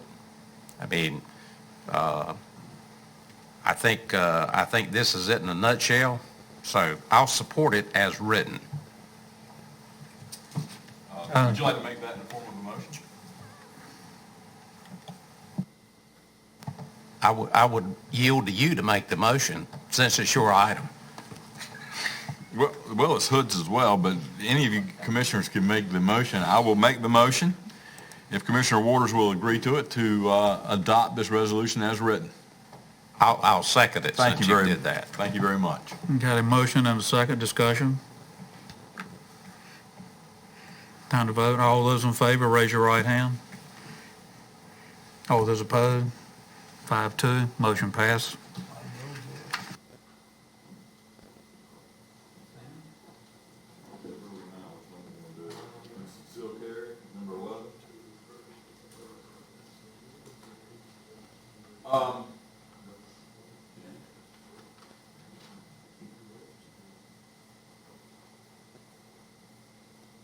There's a very good resolution written for this. I will, you've all read it, or I can like to, that would be okay. It's very well written. And it pretty much sums it up. Resolution on Second Amendment rights. Whereas the right to keep and bear arms is a constitutional right of American citizens guaranteed in the Bill of Rights of the Second Amendment, and whereas our constitutional rights under the Second Amendment are under threat by those who want to restrict those rights by either banning semi-automatic rifles or imposing red flag laws that also trample upon the Fifth Amendment right to due process of law. And whereas the opponents of our Second Amendment rights falsely call semi-automatic rifles military weapons when no army in the world uses such weapons, and whereas the president of the European nation recently observed correctly that a free, in quotes, a free country does not disarm its citizens, end quotes. Therefore, be it resolved that the Beaufort County Board of Commissioners opposes any attempts to ban semi-automatic rifles or to impose red flag laws that trample upon the due process of law. Okay? That is one resolution that has been offered as we talk about allowing concealed carry in our government buildings. And I think at some point we're going to have to go to that, because and I would like for these two issues to be maybe not together. You can disagree with me, but please vote for this resolution. But I would like for you to hear me out on this. These gun-free zones that we have in our buildings, thank God we've never had an opportunity where somebody that's crazy wanted to come here and shoot up the courthouse or shoot up when we're in here, God forbid. But these gun-free buildings become free fire zones if there's not someone with a weapon to challenge that person that is shooting. Now, I can tell you right now, in my opinion, as I've watched all these shooting events across this nation, if there was someone out there, a victim or a part of the victimhood that is being shot at, had a weapon, whether they hit the person or not, that person would seek cover. And hopefully they would hit the person. One way or another, it would limit the amount of deaths that are occurring. Now, people that receive permits, people that are that do everything they have to do to get the proper permit, generally are good, law-abiding citizens. They know how to handle firearms, they wouldn't get the permit. And most people, if they carry a weapon, they know they need to know how to use it, because if you don't know how to use it, somebody can take it from you and use it on you. So let's just think about this. Why do we have the Second Amendment to begin with? We have it to protect ourselves and form a militia if necessary. So why are we limiting people from their Second Amendment rights when they could provide a use to not only the community but society as large when these crazed and deranged people start shooting up places? So think about it. We can talk about a motion for both, a motion for one, or together. But, and I see some of you other commissioners would like to discuss this. So I yield. Commissioner Brown? I want to support this, Stan. I just want to let everybody know, if you haven't heard it, that the shooter in El Paso did not pass a background check, but he got a gun anyway. So I want everybody to think about that. So what we got to do is take the guns out of the hands of the criminal and the mentally ill, and then we'll have a safe zone. Thank you. Any other discussion? Commissioner Waters? We've discussed this as it relates to the concealed, and I'm trying to remember, and I'm looking for Chief Deputy Rose, or either our county manager or our attorney. Right now, you cannot, even with a concealed weapon, you cannot carry it in our courthouse or on our schools. Is there a third one? I was thinking it was three. Can't carry in this building. What'd you say, Kathy? Any other public, Any other county other building. government Any building? county building. Any county building. Yeah. Gun-free zone. All government, okay. That's why Charlie's got a gun on. Charlie can't be everywhere. I mean, I'd like to see it voted on two different ways. The resolution, as it relates to red flag laws, I would like for you to explain exactly what you're trying to say by red flag laws. I think I do, but I'd rather for you to try to give me your thoughts on that. I didn't write this resolution. It was submitted by a member of the public. Well, I would. I was talking about taking away the gun-free zone in our county buildings. Well, my concern about the red flag is that, let's just say we got a neighbor that's 40 years old and has been in and out of drug rehab, and he has access to guns, and he shoots a car. Got people in it. He's picked up, post bond. Then they find that he's got a hit list. Now, the way I've been told under the red flag or proposed is that, we could take those guns away from that individual with some kind of due process.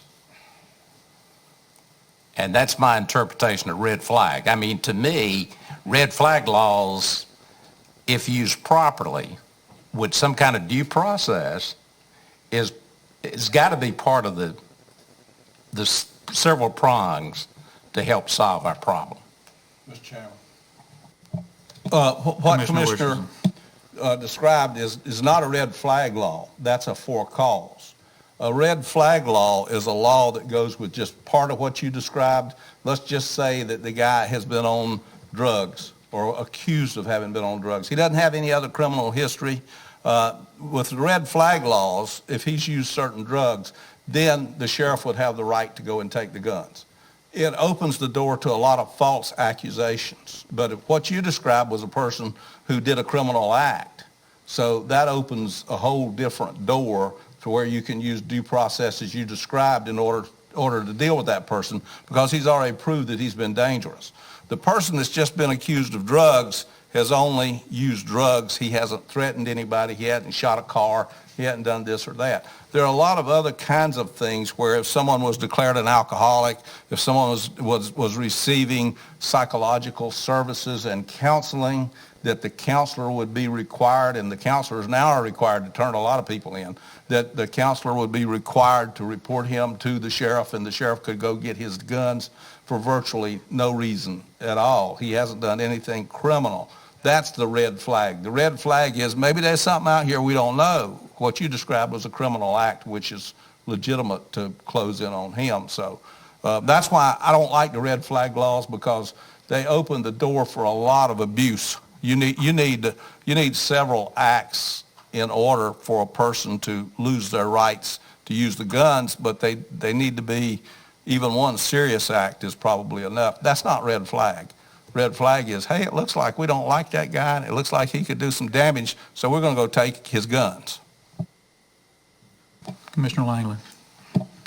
Okay, and I'm going to say this, and I'm not against guns because I have guns, but I'm going to say this, is I understand the Second Amendment, but when our forefathers penned the Second Amendment, there were no AK-47s. I mean, you had muzzles. I mean that, and I don't have a problem with people having guns in their homes. I mean that's the world we live in today. But I just want to make this statement: there are some weapons that people just don't need to have access to, and that's all I want to say. Commissioner Brown. Just to comment on what Mr. Langley said, we had muzzle loaders when the Second Amendment was written. Well, when the repeating 45 came out, we still had the Second Amendment. Second of all, Charlie, if you could come up and give your opinion on red flag. I know you were going to enjoy this.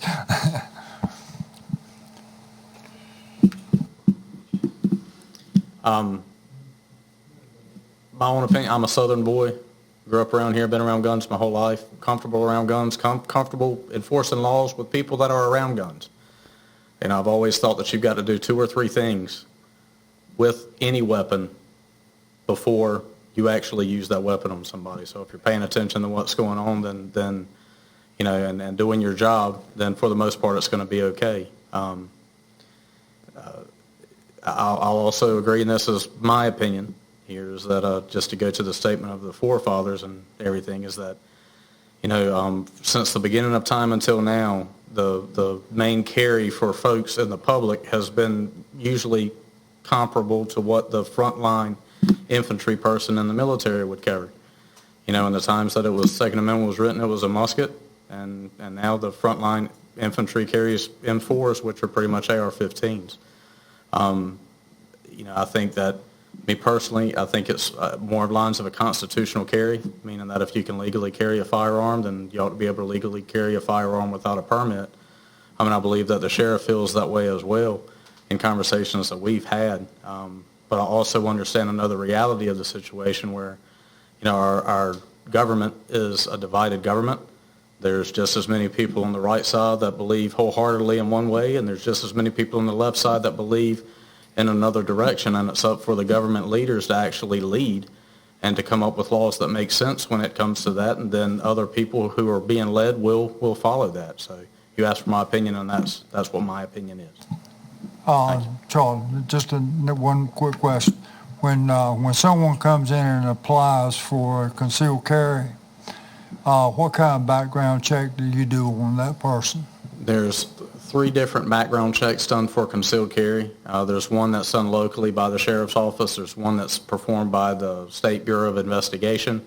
And then there is a check to mental health to see if anyone who's applying has been adjudicated mentally incompetent and therefore could not possess a firearm legally, much less concealed.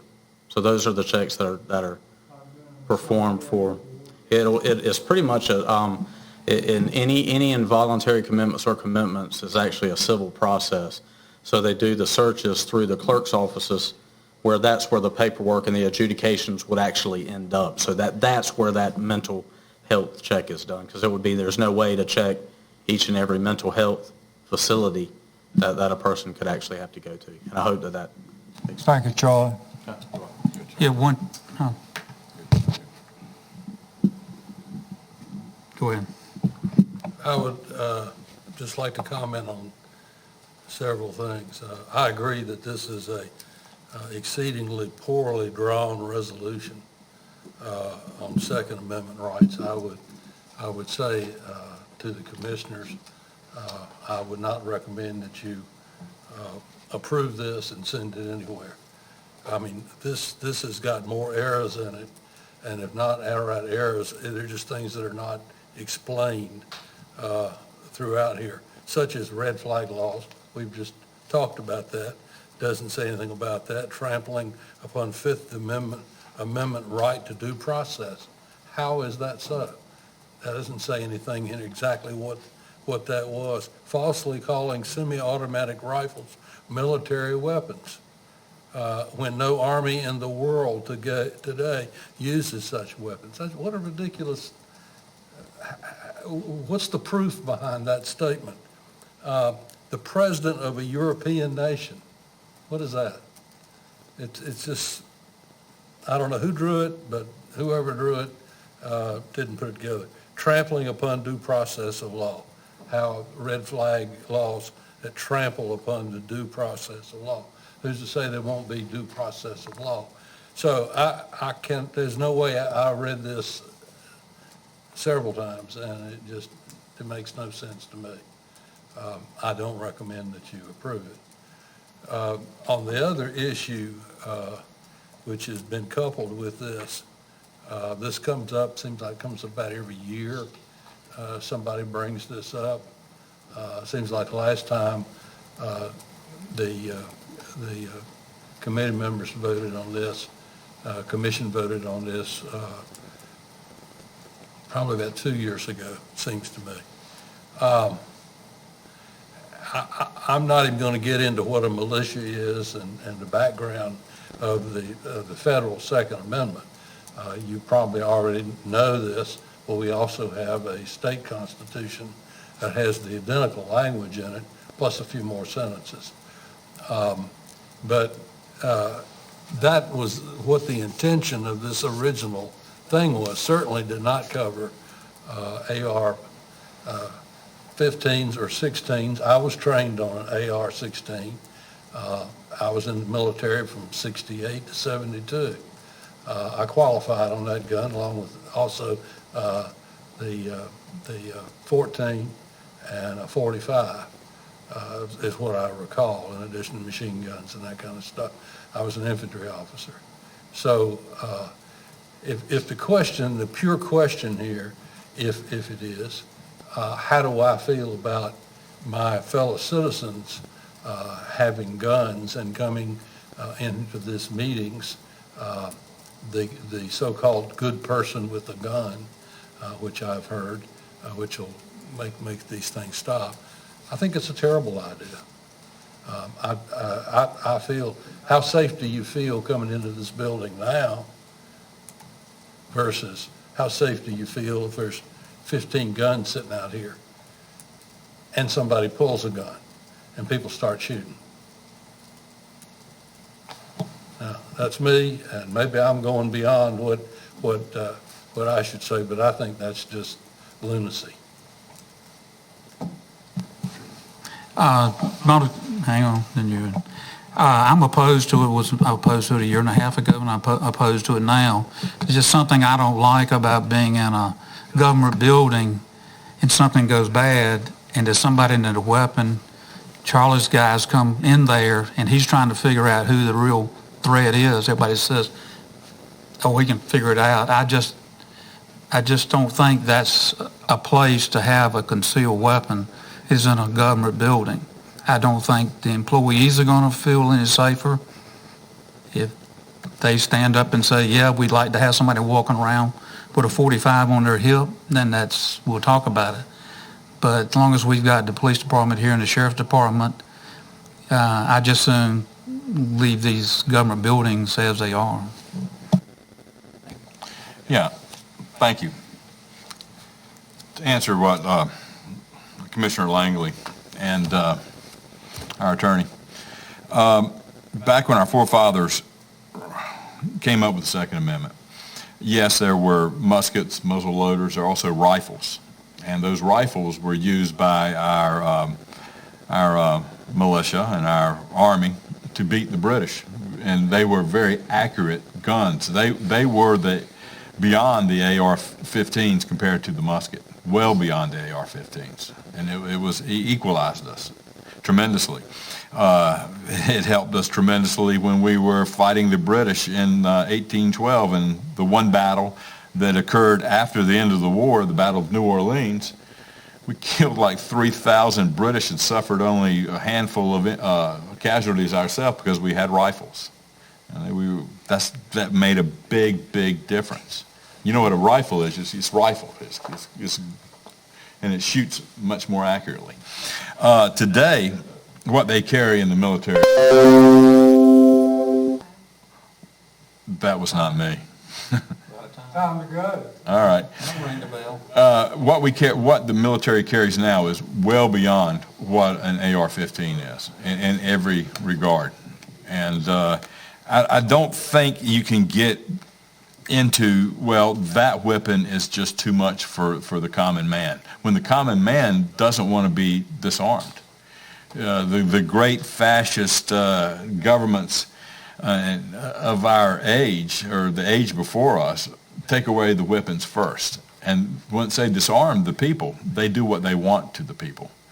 So, and also to our attorney, for the most part, for the great percentage of the shooting events where innocent people are killed are in buildings which are gun-free zones.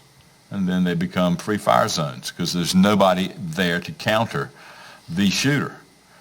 So think about that before you make a point of saying the Second Amendment only applies in certain instances in America today. It should apply in every instance. I mean, you take away the Second Amendment, you're going to lose the First Amendment. Once you lose the First Amendment, it's over. Commissioner Richardson. Well, I just have an observation to put on the table. Is it going to be better would those who intend to vote for this, would you feel better if we rewrote this and brought it back? I'd be in full agreement of that. So then I move that we table whatever the motion is and bring this back at the next meeting, rewritten. Well, he just has one, the resolution on the Second Amendment rights, I thought. And we can talk about free fire zone versus gun-free zone, too, in the next meeting. Let's table both. Well, I made a motion, and you second? Friendly amendment? Yeah, to table it. I'll second the friendly amendment to include both. Okay, both, rewrite both? No, the other one isn't really written. It's just a discussion. Oh. What he's going to do, Mr. Richardson, is try to do like he done tonight, tie both of them together. You know, I'd hate to sit here beside him with a gun.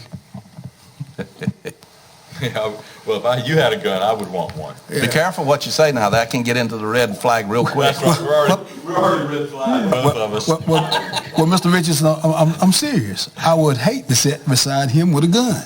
I'm serious. I might save your life, buddy. We got a table and a second. Just table. All those in favor to table this item, raise your right hand.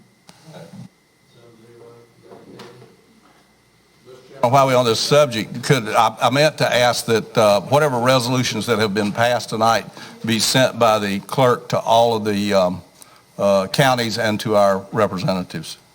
Are you talking about local and federal? State and federal, yes.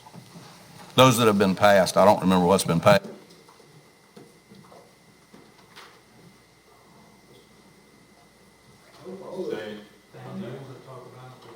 Yes. Years ago, Bill was commissioner, I was commissioner. Gary, you were commissioner then? Can't remember. You weren't, I remember. Gary was commissioner, so was Ed. And we went through a lot of consternation dealing with our hospital. If you remember, the history of that was, we had a deal on the table from community health systems for $30 million, and it was to lease the hospital. There was a group of people who came to us and said, you're being a fool to take a lease for $30 million. You need to sell this building to Biden and all the property for $9 million, because Biden is a non-profit, and they will take care of the citizens of Beaufort County, and they will do what is right for us. They will be our benefactor forever and a day. Now we're finding that the psych ward is being closed, and there's other things that have happened up there that doesn't sound like a non-profit entity. So consider that probably $50 million of resources, the public's money, has been lost because that deal was taken. And there was, let me just say this, we did have a deal with community health on the table, which we could have taken. But if you'll remember, there were a lot of our good citizens, swamp creatures probably, but a lot of them called community health and said, we don't want your kind here. You're not welcome in our neighborhood. Actually, some of them were realtors and do that kind of stuff in real life in jail. So, that, they pulled their bid off the table. They did. And let me say, and so we were stuck with either dealing with Biden or dealing with it ourselves. So the good people of this community got what they wanted. They got Biden. Now, if we're stuck in Biden, which we are, I would like to have them come and tell us how they're going to deal with us from now on.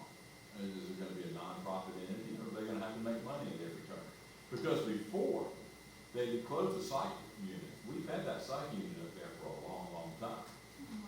So what's it going to be? Are they going to start shutting down little pieces of the hospital and tell us that it's for our own good? When for our own good is the way it was when we owned the property, the land. Sorry. And so. Cut your mic on. Oh, thank you. Just blabbing. Sorry, guys. So what do we do? And I would like for them to come and speak with us. I would like for this board to ask that they come and speak and give us an update so we can ask them the kind of questions we need to ask them. Thank you. Mr. Brown. Stan, when I was going through my book, I saw your page in there, and I've heard all the stuff in the newspaper about that the psych ward made $700,000 a year, this, that, and the other, and I've heard both sides of it. I called Harvey Case this week, and or last week, last Friday to be exact, and he said, what kind of person would close a unit down that was making $700,000 a year? Said it was a business decision. Said that that the psych ward was not making $700,000 a year. The average Beaufort County citizen to go in that psych ward was one per month. The rest of them came from out of town. Charlotte, Raleigh, because they don't have psych wards up there. So Harvey told me for you to please give him a call, and y'all set up an appointment, and he would give you the opinion that he has, and you could get the straight facts from him. Now, if you don't want to do that, that's fine, but he's made the offer. That's good. I haven't heard from him. No, I haven't heard from him. He's not going to call you. You need to call him. Okay. Well, okay. Because that puts the onus on me. He asked me to, for you to call him. Yeah. Okay, thank you. Yeah, I'm not going to do that. And let me finish, Hood. I think that this is not about Stan Deatherage. This is about the people of Beaufort County, whom we represent. And the whole psych ward thing is just a symbol. Is it a profit, for profit or a non-profit? It was sold to us as non-profit. We heard that constantly. Every meeting when they asked us, begged us, threatened us to give away the hospital. That we heard non-profit, non-profit, non-profit. So is it non-profit or is it for-profit? I would like to know. And I think if he's going to speak on the county issue, which this is, he needs to be here in front of us, the county commissioners and the county. Not Stan Deatherage. Stan Deatherage is just a commissioner, one commissioner representing some constituents. He needs to speak to all commissioners and all constituents. There's no motion. That's just, I would like for us to discuss it. Mr. Chairman, I'll take about a minute. It won't be long. I know you want to get out of here. I was the commissioner that was on the board at the hospital when all this stuff went on. The psych unit was leased out. It was never run by the hospital. The second thing is within the agreement, and I will ask the clerk to please pull that agreement and bring it to the next, put it in our book for the next meeting. Within the agreement, when we gave this to Vident, they promised to maintain and keep all of the services that were there, not to get rid of them, and that psych unit was one of the services that was talked about. And I will also point out to you that 2 years ago, according to the article that I saw in the newspaper, the management that Vident canceled the contract that they had with the people to run the psych unit, because what the people that were doing were running the psych unit, they were paying Vident. Vident didn't care whether they made money or not, but they were paying Vident. So that if a contract was canceled, it should have been canceled the other way from the people that had the contract because they couldn't make money, but they didn't. Vident canceled the contract, according to what I saw in the newspaper. 2 years later, they claimed they're losing money. This is the same pattern that was used to shut the Belhaven Hospital down. When Vident got their clutches into the Belhaven Hospital, they immediately transferred almost all of Harvey Case's $300,000 a year income as overhead to that hospital. They drove the Belhaven Hospital bankrupt deliberately so they could shut it down. It was the same tactics that were used over and over. When they're keeping the books are always going to say what they want them to say. But what the important thing is here for us at the next meeting is to have that contractual agreement and see what it actually says that Vident is supposed to do, because they haven't honored any part of that contract so far. I think we're done, Orrin. I think we're done too. We just Have you been to Martin? defer to the next meeting. Have you been to Martin General lately? I just carried my mother there. Martin County, Mm-hmm. they still own the hospital. Yes. You should go over